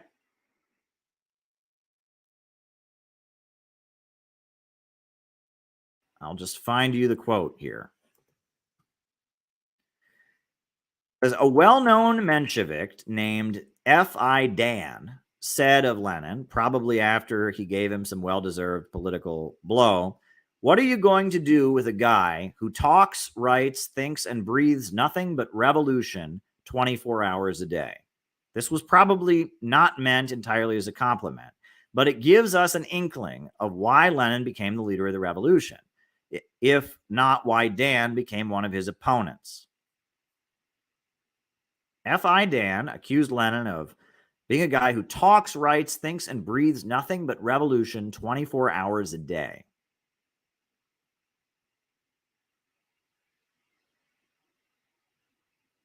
Now, who talks, writes, and breathes revolution 24 hours a day. And I remember seeing that at the time that I was in the political organization that put that out.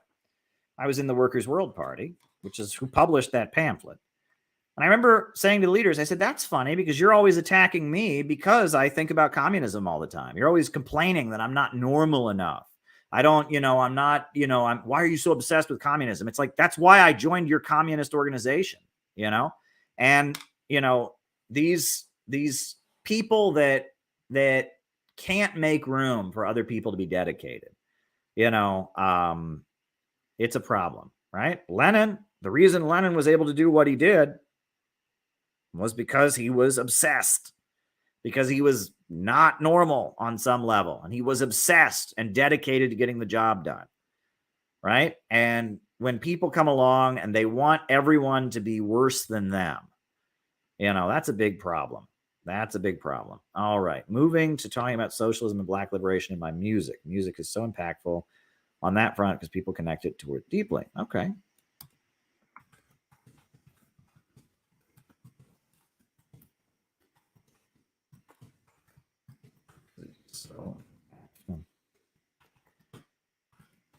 So, and I've noticed this, right? Every person, and this is a problem that we have in our movement. I'll move on from the James O'Keefe aspect of this. We'll just move on to a different aspect of this because it's just a problem we have in our movement in general. Any popular communist, immediately every communist hates. And it's a problem, you know? You know, when Maoist Rebel News, Jason and Ruhe came along, every communist ever was like, oh my God, that guy sucks. And I actually would defend him. And I would say, well, why don't you make videos? And that's what I would say. I would say, well, why don't you make videos then? You know, maybe he's not so good, but maybe you should do a better job than he does. You know, and I just got so tired because it was like, what, 2013, 2012, 2015. Every time I would sit down with another group of young communists, they'd be like, oh my God, have you seen Maoist Rebel News? That guy sucks. He sucks. And I'd just be like, why don't you make videos? I got so sick of hearing it. And I said, well, why don't you start making videos then? All these people are, oh my God, he sucks. He sucks. I'm like, but unfortunately, there is this culture among communists where it's like our interest is like an obscure niche, right?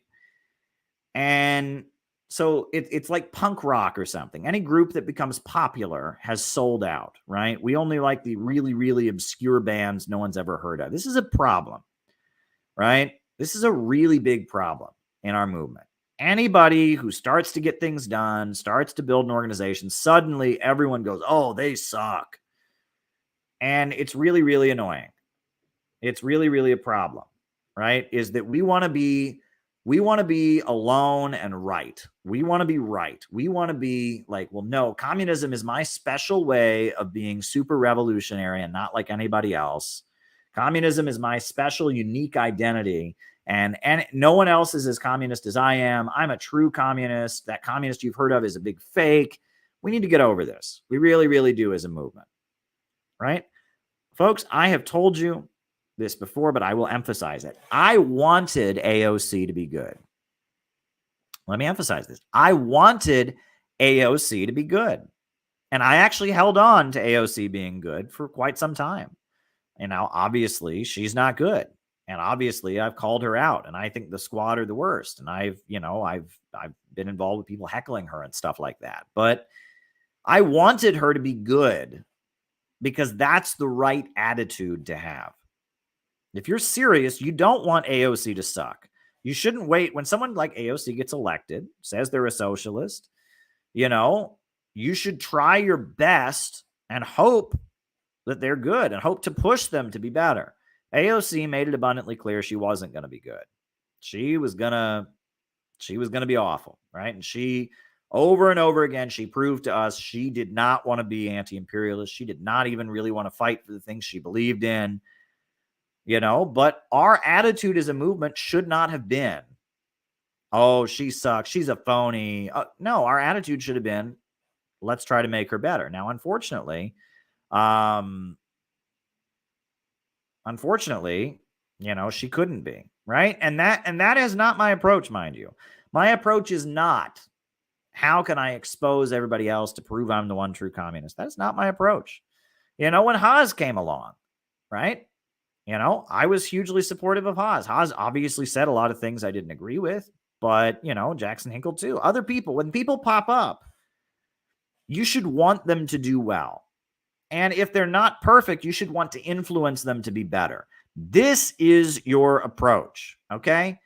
If you want to actually get things done in the real world, you don't want to be pure and you don't want to look for an excuse to denounce everyone else. You should want good things to happen, all right? The people who want everyone else to be a phony and want to be able to denounce everyone so they can feel like they're special, they're called losers. That's what those people are called. And it's a way of making them feel good about being a loser. They're all phony, so I'm the true one. Oh, and so they can be comforted in being a loser, right? And that's one thing I noticed, right? I mean, you know, there were people in our community that as soon as Haas came out, they immediately found some little excuse to denounce Haas. You know, for why? Because they wanted to feel superior. They wanted to feel good about themselves for no reason. I mean, and it's like, of course, Haas has flaws. Of course, there are things about flaws. Of course, there were things about Haas we didn't like, right? There were aspects of there's rhetorical points he made that we didn't agree with. But here's somebody who came along who was sympathetic to CPI, who agreed with our message, was anti-imperialist. It was our responsibility to have a relationship with him, to build ties with him, and promote the ways he's good, and maybe subtly nudge him to be better on some other issues, but certain people, the second he did something, they wanted to, and those people are called losers, because those people, they don't want to actually change the real world. They just want to sit there and pat themselves on the back.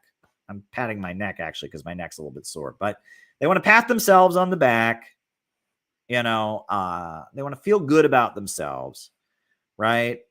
By denouncing somebody and saying, well, I'm the pure one. This guy's a phony. And it's not helpful at all. And it's a big problem in our movement.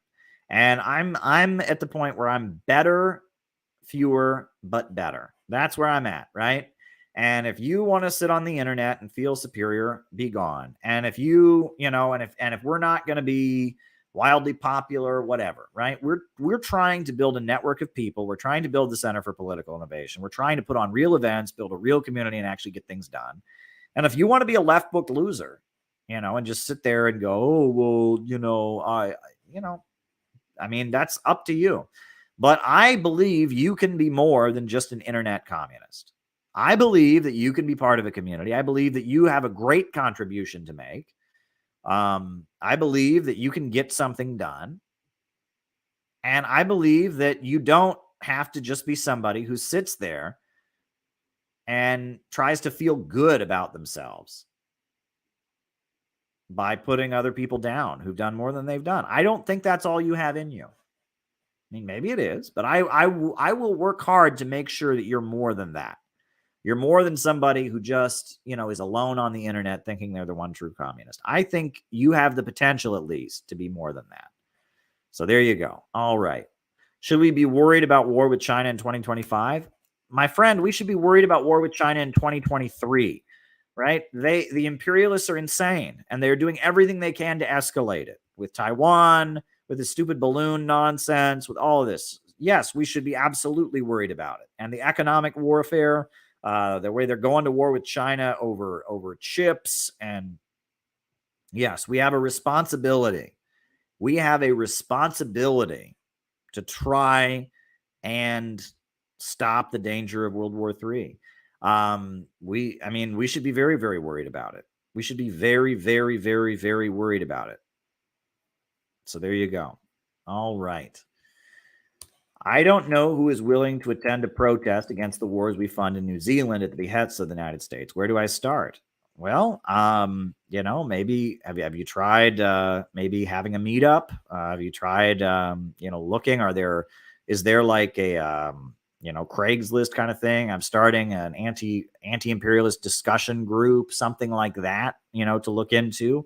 Are there certain communities in New Zealand? I'm sure there is a quote unquote movement in New Zealand. I'm sure there's anti-war folks and such.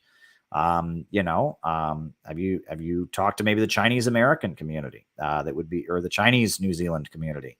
I think the first place to start is to start looking in your area, and perhaps maybe put out feelers, go into Facebook groups, go into, community stuff, and see if there's other people that are interested in the same kind of things you're interested in. So there you go. There you go. Please discuss how to cope with the anger about how we're lied to and the lies we are fed. You need to join a community of other people who think about this stuff the way you do. That's really what you need to do. That's really the way to get over the anger, right? Because when you're isolated, when you're alone, it's just anger, it's just frustration. But when suddenly you have a community of people that you're working with who agree with you and realize the lies and want to change things, then suddenly it's different. Suddenly you have a goal to work towards. You're not just screaming in the dark or yelling into the void, and you're not just yelling at clouds like an angry old man on The Simpsons. You're actually, when you're in a community and you have real goals and you're actually trying to carry things out, it's a much different feeling. So that's the main thing. Yes, if you're frustrated, you need to join an organization. You need to join an organization, and you need to join a community, and you need to help that community carry out real goals. Now, someone mentions the Columbia Journalism Review article on media pushing the Russiagate narrative. Mainstream media is in crisis. Well, mainstream media is absolutely in crisis. Americans don't trust it anymore. They don't. And alternative media is rising. And so now, I mean, that's what I showed you that clip from Tulsi Gabbard about with the quotes from John Brennan and others. They're trying to suppress alternative media because so many people are listening to it. The emperor has no clothes. Nobody buys into the mainstream media anymore, right? People just are largely not in touch with mainstream media, not trusting the establishment. Details on Hu Jintao, reformer and hardliner. Well, he was not Xi. He was before Xi Jinping. They had Hu Jintao. And didn't something happen with Hu Jintao recently? Wasn't there something where he was like, there was something happened? Right? He was like escorted out of the party Congress. What happened there? Right? This is Reuters. Chinese former president Hu Jintao was unexpectedly escorted out of the closing ceremony of a Congress of the ruling Communist Party on October 22nd. Hu is 79, Xi Jinping's immediate predecessor, and he was seated to the left of Xi. He was led off the stage of the main auditorium of the Great Hall of the People by two stewards.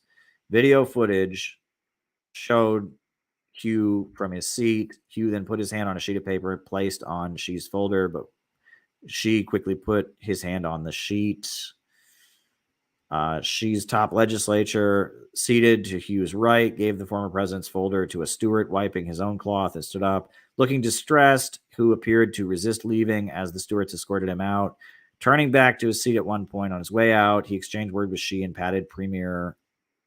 Right. The video of the incident, highly unusual given the meticulous stage management of such events, was widely shared on Twitter but could not be found on China's. I have no idea what's going on there. I have no idea. I do know that, Hu Jintao was not Xi Jinping. When Xi Jinping came in, there was a significant political shift in China. The fact that Xi Jinping has been added as a core leader of the Chinese Communist Party and its ideology, he's led to a new emphasis of communist ideology in China.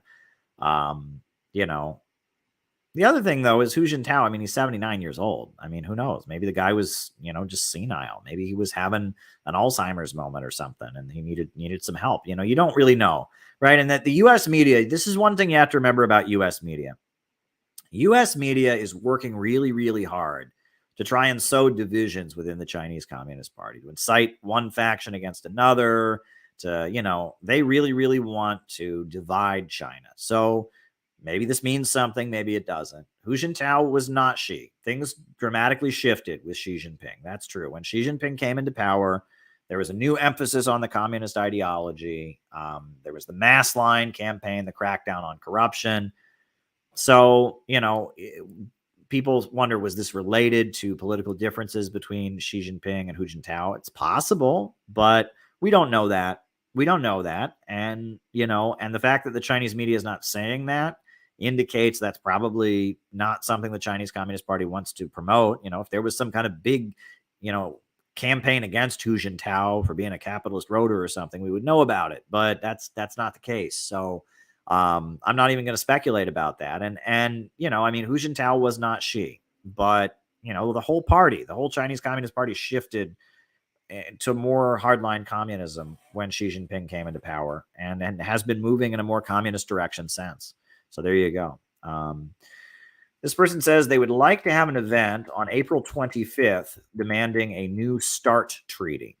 Well, I wouldn't be opposed to such an event. The idea of ending nuclear escalation with Russia, I'm not opposed to that. The Center for Political Innovation, that sounds like the kind of thing we might want to support. So if you're a member of the Center for Political Innovation, maybe you should raise that as a proposal on our next Zoom call, or maybe you should form a Facebook group to announce the event, try to get groups to endorse. I don't quite know where this message is coming from, but the idea of de-escalating the arms race. Oh, yeah, we'll talk about that. Bill Maher going on to CNN.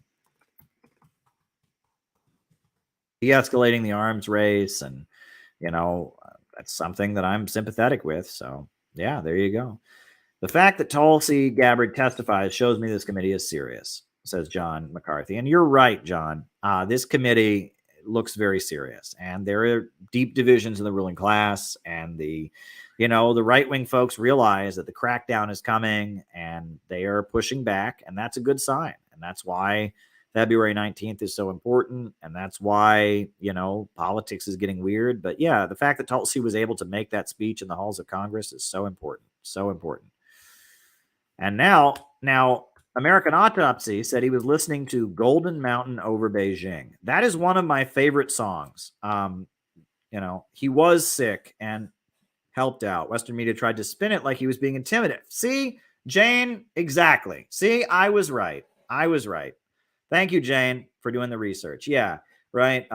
Like he was being intimidated, but Chinese media did explain it. See, they said, oh, Chinese media didn't cover it. See, they did. Like, Jane, thanks for staying on top of this, Jane. I really appreciate it. Thank you, Jane. See, like I said, they're always trying to divide the Chinese Communist Party, always trying to play up differences. Thank you, Jane. Thank you very, very much. Great. Thank you, Jane. I really appreciate that. Thanks for jumping in with that. But no, the song Golden Mountain in Beijing that American Autopsy was just listening to, that is actually one of my favorite songs. I obviously can't sing it because it's in Chinese, and I don't know the lyrics in English. They don't work, but it's actually a Tibetan melody, and it's a beautiful, peaceful melody. Golden Mountain in Beijing. This is a Maoist communist song. Let me read you what the lyrics translate to. And then I'm actually going to play just, there's a performance of it I found. Cardew has his own version of it, but that's not the version I'm going to play. It's a beautiful Tibetan melody that they rewrote, right? They rewrote to be about communism when the communists were in power. The lyrics translate to, from Beijing's golden hill shines forth light far and wide. Chairman Mao is the bright golden sun. Oh, how warm, oh, how kind, lighting up the hearts of the serfs. We are marching on the broad, happy socialist road. From Beijing's golden hill shines forth light far and wide. Chairman Mao is the bright golden sun. Oh, how warm, how kind, lighting up the serfs' hearts. We are marching on the broad socialist road. Those are the lyrics, but it's a beautiful, beautiful, beautiful melody. I'm not going to play the Cardew version for you because, I'm just not going to do that now. But this is two guys performing it. It's a beautiful melody. Golden Mountain.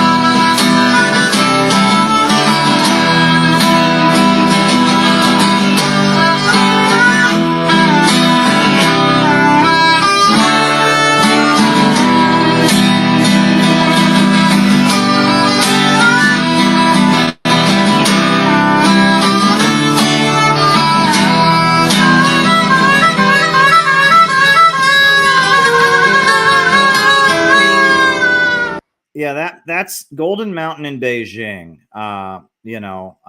Which it's a traditional Tibetan melody. I read you the lyrics. It's a famous communist song in China. It's one of the Mao songs. There's a number of songs that became popular in China during the 1950s. A lot of them were traditional melodies in China. They rewrote the lyrics to be about communism or to be about Mao Zedong and the Chinese Communist Party. I love Chinese communist music. I really do. And it's funny because the lyrics don't work in English a lot of times because the Chinese language is just so different than the English language.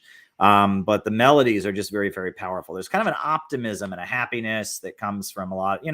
I like songs like "Without the Communists, There Would Be No New China." Without the Communist Party, there would be no new China. That's a beautiful song. That's really, really great. So yeah, I really, really like that. We might play the Cardew version of this later. There's no lyrics to it, so you don't have to listen to that. We might play that later. We might come back to it. Thanks for mentioning this, American Autopsy, by the way. Shout out to American Autopsy. Go and subscribe to his channel. Gala. Gala enjoys communist music. It is beautiful. It is beautiful, Gala. I agree. And, it is really, really beautiful. And that's one thing I'm going to try to do on this stream is to try and popularize communist music, right? Because there's not enough of it. And there you go. There you go. I'm really glad you're enjoying this, Gala. It's going to be great. And American Autopsy, he says that he is moving to discuss socialism and Black liberation in his music, right? And music really speaks to people. I think that's a really great thing to do. I did not know you were a musician, American Autopsy. I did not know you were a musician, but I think that's really, really great. Because powerful music hits people in an emotional way. I've gotten to the point that I will not have an event without music. I just think it's not okay to have a communist meeting or a communist rally without a couple musical performances, because music, once you have the music, it gets everyone in just so much of a different mood. Go and subscribe to American Autopsy. He's great. He's got a great channel. But it just affects people, the music, when it affects people, and it's a way of kind of celebrating your beliefs, letting the passion and emotions come out. It's good stuff. And so why don't we? This is the same song, but this is the Cardew version. This is the Cardew version of Golden Mountain in Beijing. We'll play this too. Why not? Right? We're having a great time tonight.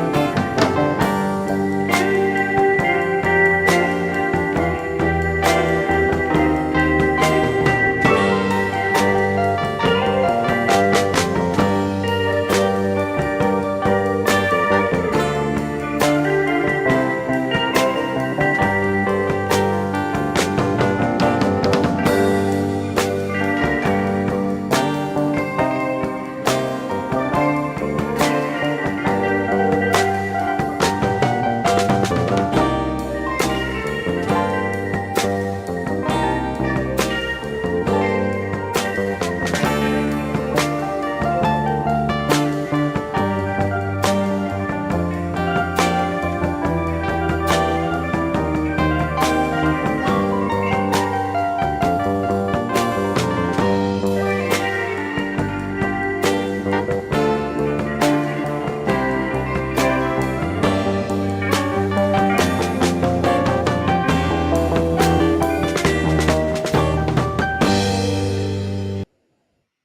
that was Cornelius Cardew's version of Golden Mountain in Beijing. Oh, wow. We got Scott Ritter pulling out of February 15 for personal reasons. Hope he changes his mind, or maybe another speaker would give his speech. Feels wrong. I didn't know that. I thought he was back on. I didn't hear about that. I didn't hear about that. I'm really, really sorry to hear that that's the case, because I really support Scott Ritter and I think he's great. Any favorite Soviet songs? All right. Yeah, I think Scott Ritter is an important voice that needs to be heard, and I don't buy into the cancel culture. So there we go. So we got two more super chats here. First one is Bill Maher going to CNN. That's obvious to me. Bill Maher is a liberal, right? Bill Maher hates Donald Trump. Bill Maher, but he is critical of wokeness. Bill Maher, he's critical of the transgender stuff. He's critical of political correctness, and that he's there because he's seen as, okay, this is somebody who hated Donald Trump, this is somebody who's hates Russia, is a defender of the political establishment, but he will give voice to conservative frustrations with the American, with the political correctness and with the trans stuff and with the wokeness, right? And that's what he's there to do, right? He is not left, right?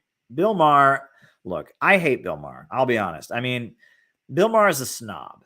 Like, there's just this ooze of snobbery that comes out of his show.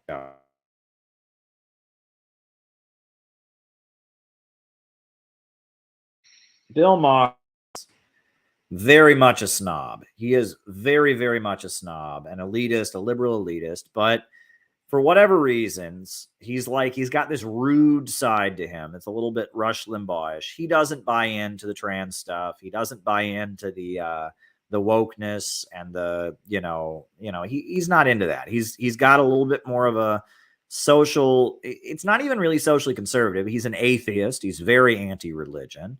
He's very pro drugs and stuff. He doesn't like the authoritarianism of the wokeism. That's what it comes across as, that he doesn't like the attacks on free speech. He doesn't like being told what kind of jokes he can make. So he gives credibility to some of the resistance to cancel culture. And I think that's really what it gets down to. And that's why they're having him, is because he will never say anything anti-imperialist ever. I mean, he's not anti-imperialist.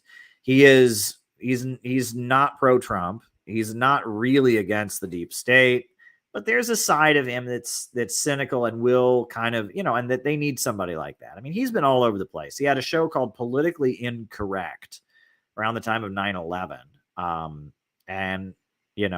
I think he got his show canceled because he said, look, you can't say the 9/11 hijackers. He said, you can't call them cowards. He said, you can call them evil, you can call them murderers, but they did fly a plane into a building. I mean, he said that, right? Which is, I mean, he was stating the obvious, right? I mean, suicide bombers, people like that, they're not cowards. I mean, they're, they might be a lot of things, might be evil, might be murderers, might be brainwashed, but they're not cowards, right? I mean, it takes quite a bit of chutzpah to blow yourself up. So, or fly yourself into a building. He said that, right? He was trying to be provocative.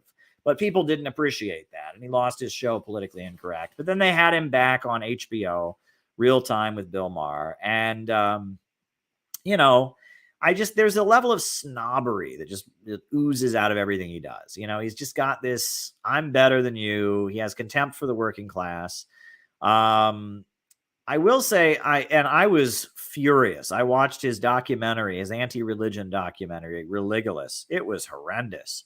At the end, at the final montage of the film, is he's showing the Palestinians and the IRA, and he's like, look at all this violence that happens because people believe in religion, as if there isn't centuries of colonial oppression of the Irish people. No, they're just stupidly religious. They're not smart atheists like Bill Maher, the Palestinians, it's not like Israel's murdering them or anything. No, it's just that they're stupidly religious and not smart like Bill Maher. And he does what all the new atheist movement does, not just Bill Maher. All the new atheist movement does this. And I mean, Sam Harris does this. Richard Dawkins does this. The new atheist movement, they love to play this game where it's like they take the three Abrahamic religions and they rate them. I mean, they don't say it. It's unstated, but they think Islam is the most evil religion ever, right? Islam is extremism and terrorism, Islamic extremism.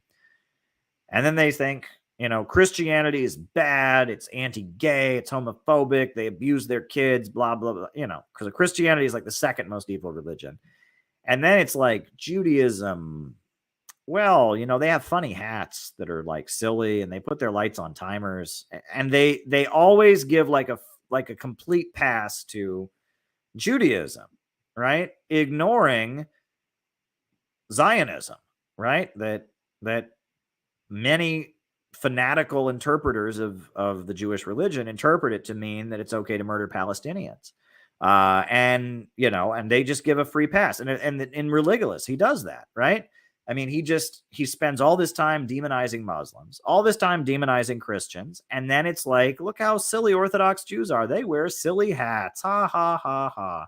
And it's like, that leads you to believe that the new atheist movement is very Zionist in its orientation, right? And it very much feeds into Israel's narrative that Israel is an outpost of civilization and amid all these barbaric Muslim savages. It feeds into that narrative. It really, really does. And, you know, and look, I live in New York City. And I mean, if you want to be mean to Muslims for their religious practices, if you want to be mean to fundamentalist Christians for their religious practices, you could be just as mean to Orthodox Jews, right? I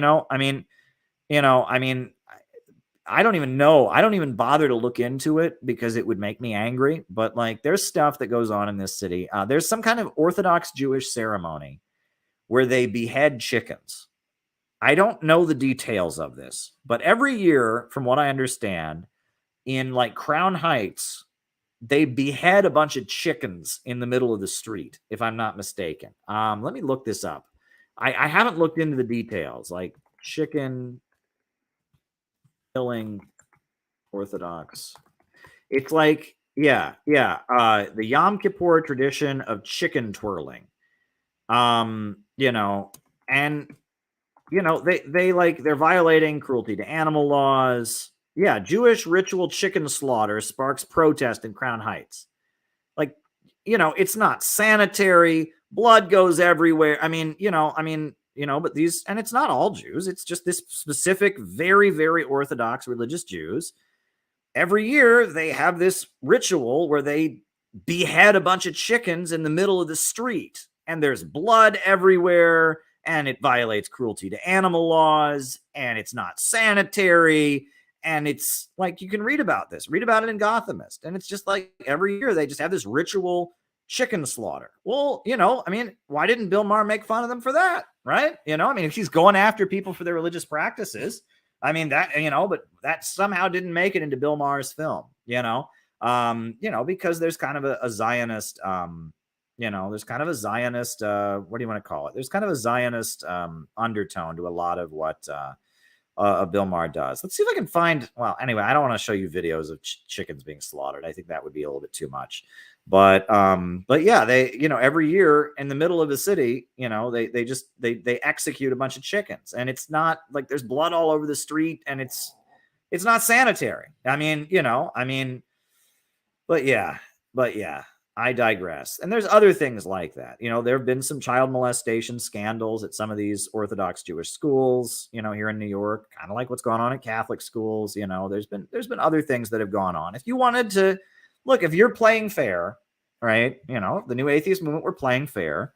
They could go after Orthodox Jews. They could go after Muslims. They could go after Christians. Look, I mean, snake handling, right? I believe, if I'm not mistaken, I think Bill Maher, does he go after snake handling? Snake handling is an insane thing, right? I am a Christian, but snake handling needs to be illegal. Snake handling, people who want to snake handle need psychological help. Don't do that. You know what I mean? And you know, you folks know what snake handling is? Does anyone know what this is? Snake handling. It is a Christian fundamentalist religious ceremony that's legal in 2 U.S. states. where people hold poisonous snakes. I'm serious. They get deadly poisonous snakes and they pray like, oh, God be with me. God be with me. And they hold their hands out and they have poisonous snakes go up and down. You know, and I mean, look at these videos. There's kids in the room. They don't do it. It's illegal to do it with the kids. The kids are under 18, so they can't do it. Thank God.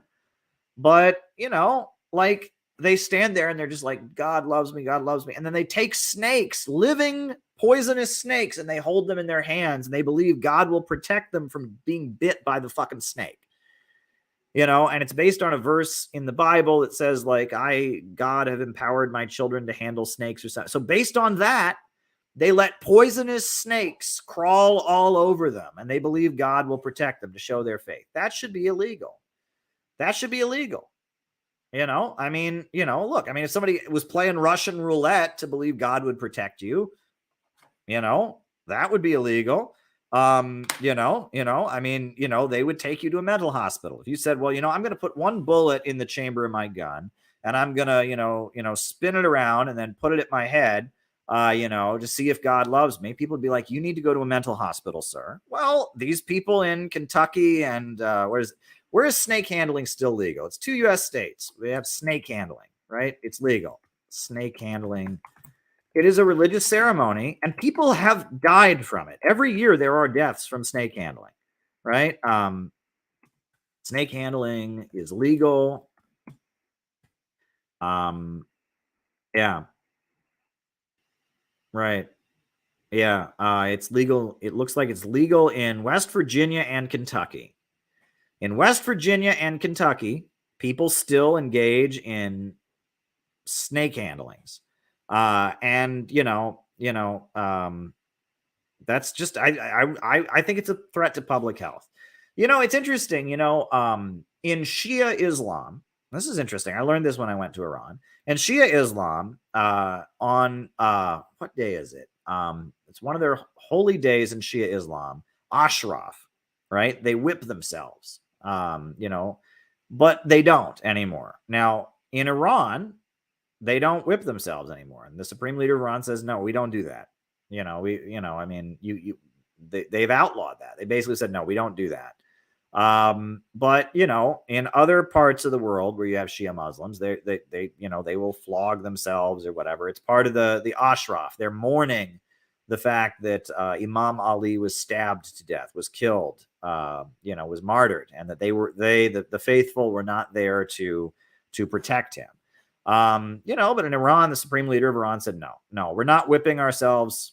No, we're not doing that. And in Iran, they don't allow that. Now in Lebanon, they still do that.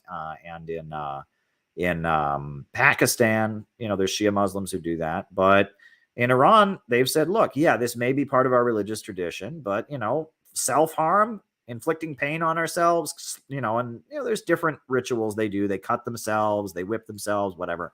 They said, no, we're not going to do that, right? That may be part of our religious tradition. We're not going to do that. I'm not a religious scholar, but, it makes sense, and that, there are some, every so often people just, all religions to some degree or other have a wing of them that do unhealthy things like snake handling, right? Like, the self-flagellation in Shia Islam. There's other things that people do that, it's just, you got to draw the line somewhere. You got to draw the line somewhere, but you also got to be respectful, right? If somebody were to point to the Shia Muslims whipping themselves on Ashraf and be like, oh, Muslims are stupid, then I would point them to the snake handling. How many people die every year from snake handling? Deaths from snake handling. People die from snake handling, right? It is all the time people die, but there have been 350 and 400 people since 1919 who have died from snake handling.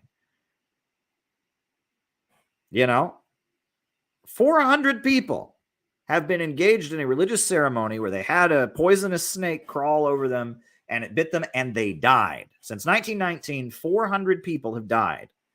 Not healthy. I can guarantee you, well, I can't guarantee you, right? I'm not a religious leader, and between you and God. But I really doubt that God is up there saying, my God, why haven't more people, well, God would say myself, right? But I really, really doubt God is up there saying, I really want people to hold poisonous snakes and worshiping me and die from it. I really, really doubt that. You know what I'm saying? And it's just like, at the point when people are holding poisonous snakes, gotta not do that. The point that people are publicly flogging themselves to the point of bleeding, no, don't do that. You know what I mean? There are just some things that, people do dumb things in the name of religion. People do dumb things in the name of politics, like throwing soup on paintings, right? That was the climate change people. They throw tomato soup on famous paintings, right? That's dumb. That's very, very dumb. Is that helping stop climate change? Oh boy. People do dumb things for all kinds of different reasons. Religion is one of them. And there's no reason to single out some religions or others. Just, recognize that most adherents of most faiths don't engage in activities like that. All right. I think this is where we're going to end for tonight. It's been fun. Thanks, everybody. I'm going to put on the closing, or I'll just do it tonight. I'm just going to do the mantra tonight. A new upsurge in the struggle against U.S. imperialism is now emerging throughout the world. Ever since World War II, U.S. imperialism and its followers have been continuously launching wars of aggression. But the people of various countries have been continuously waging revolutionary wars to defeat their aggression. While the danger of a new world war still exists, and the people of all countries must get prepared, revolution is the main trend in the world today. And while the danger of a new world war still exists, and the people of all countries must get prepared, revolution is the main trend in the world today. Good night, everybody. Good night.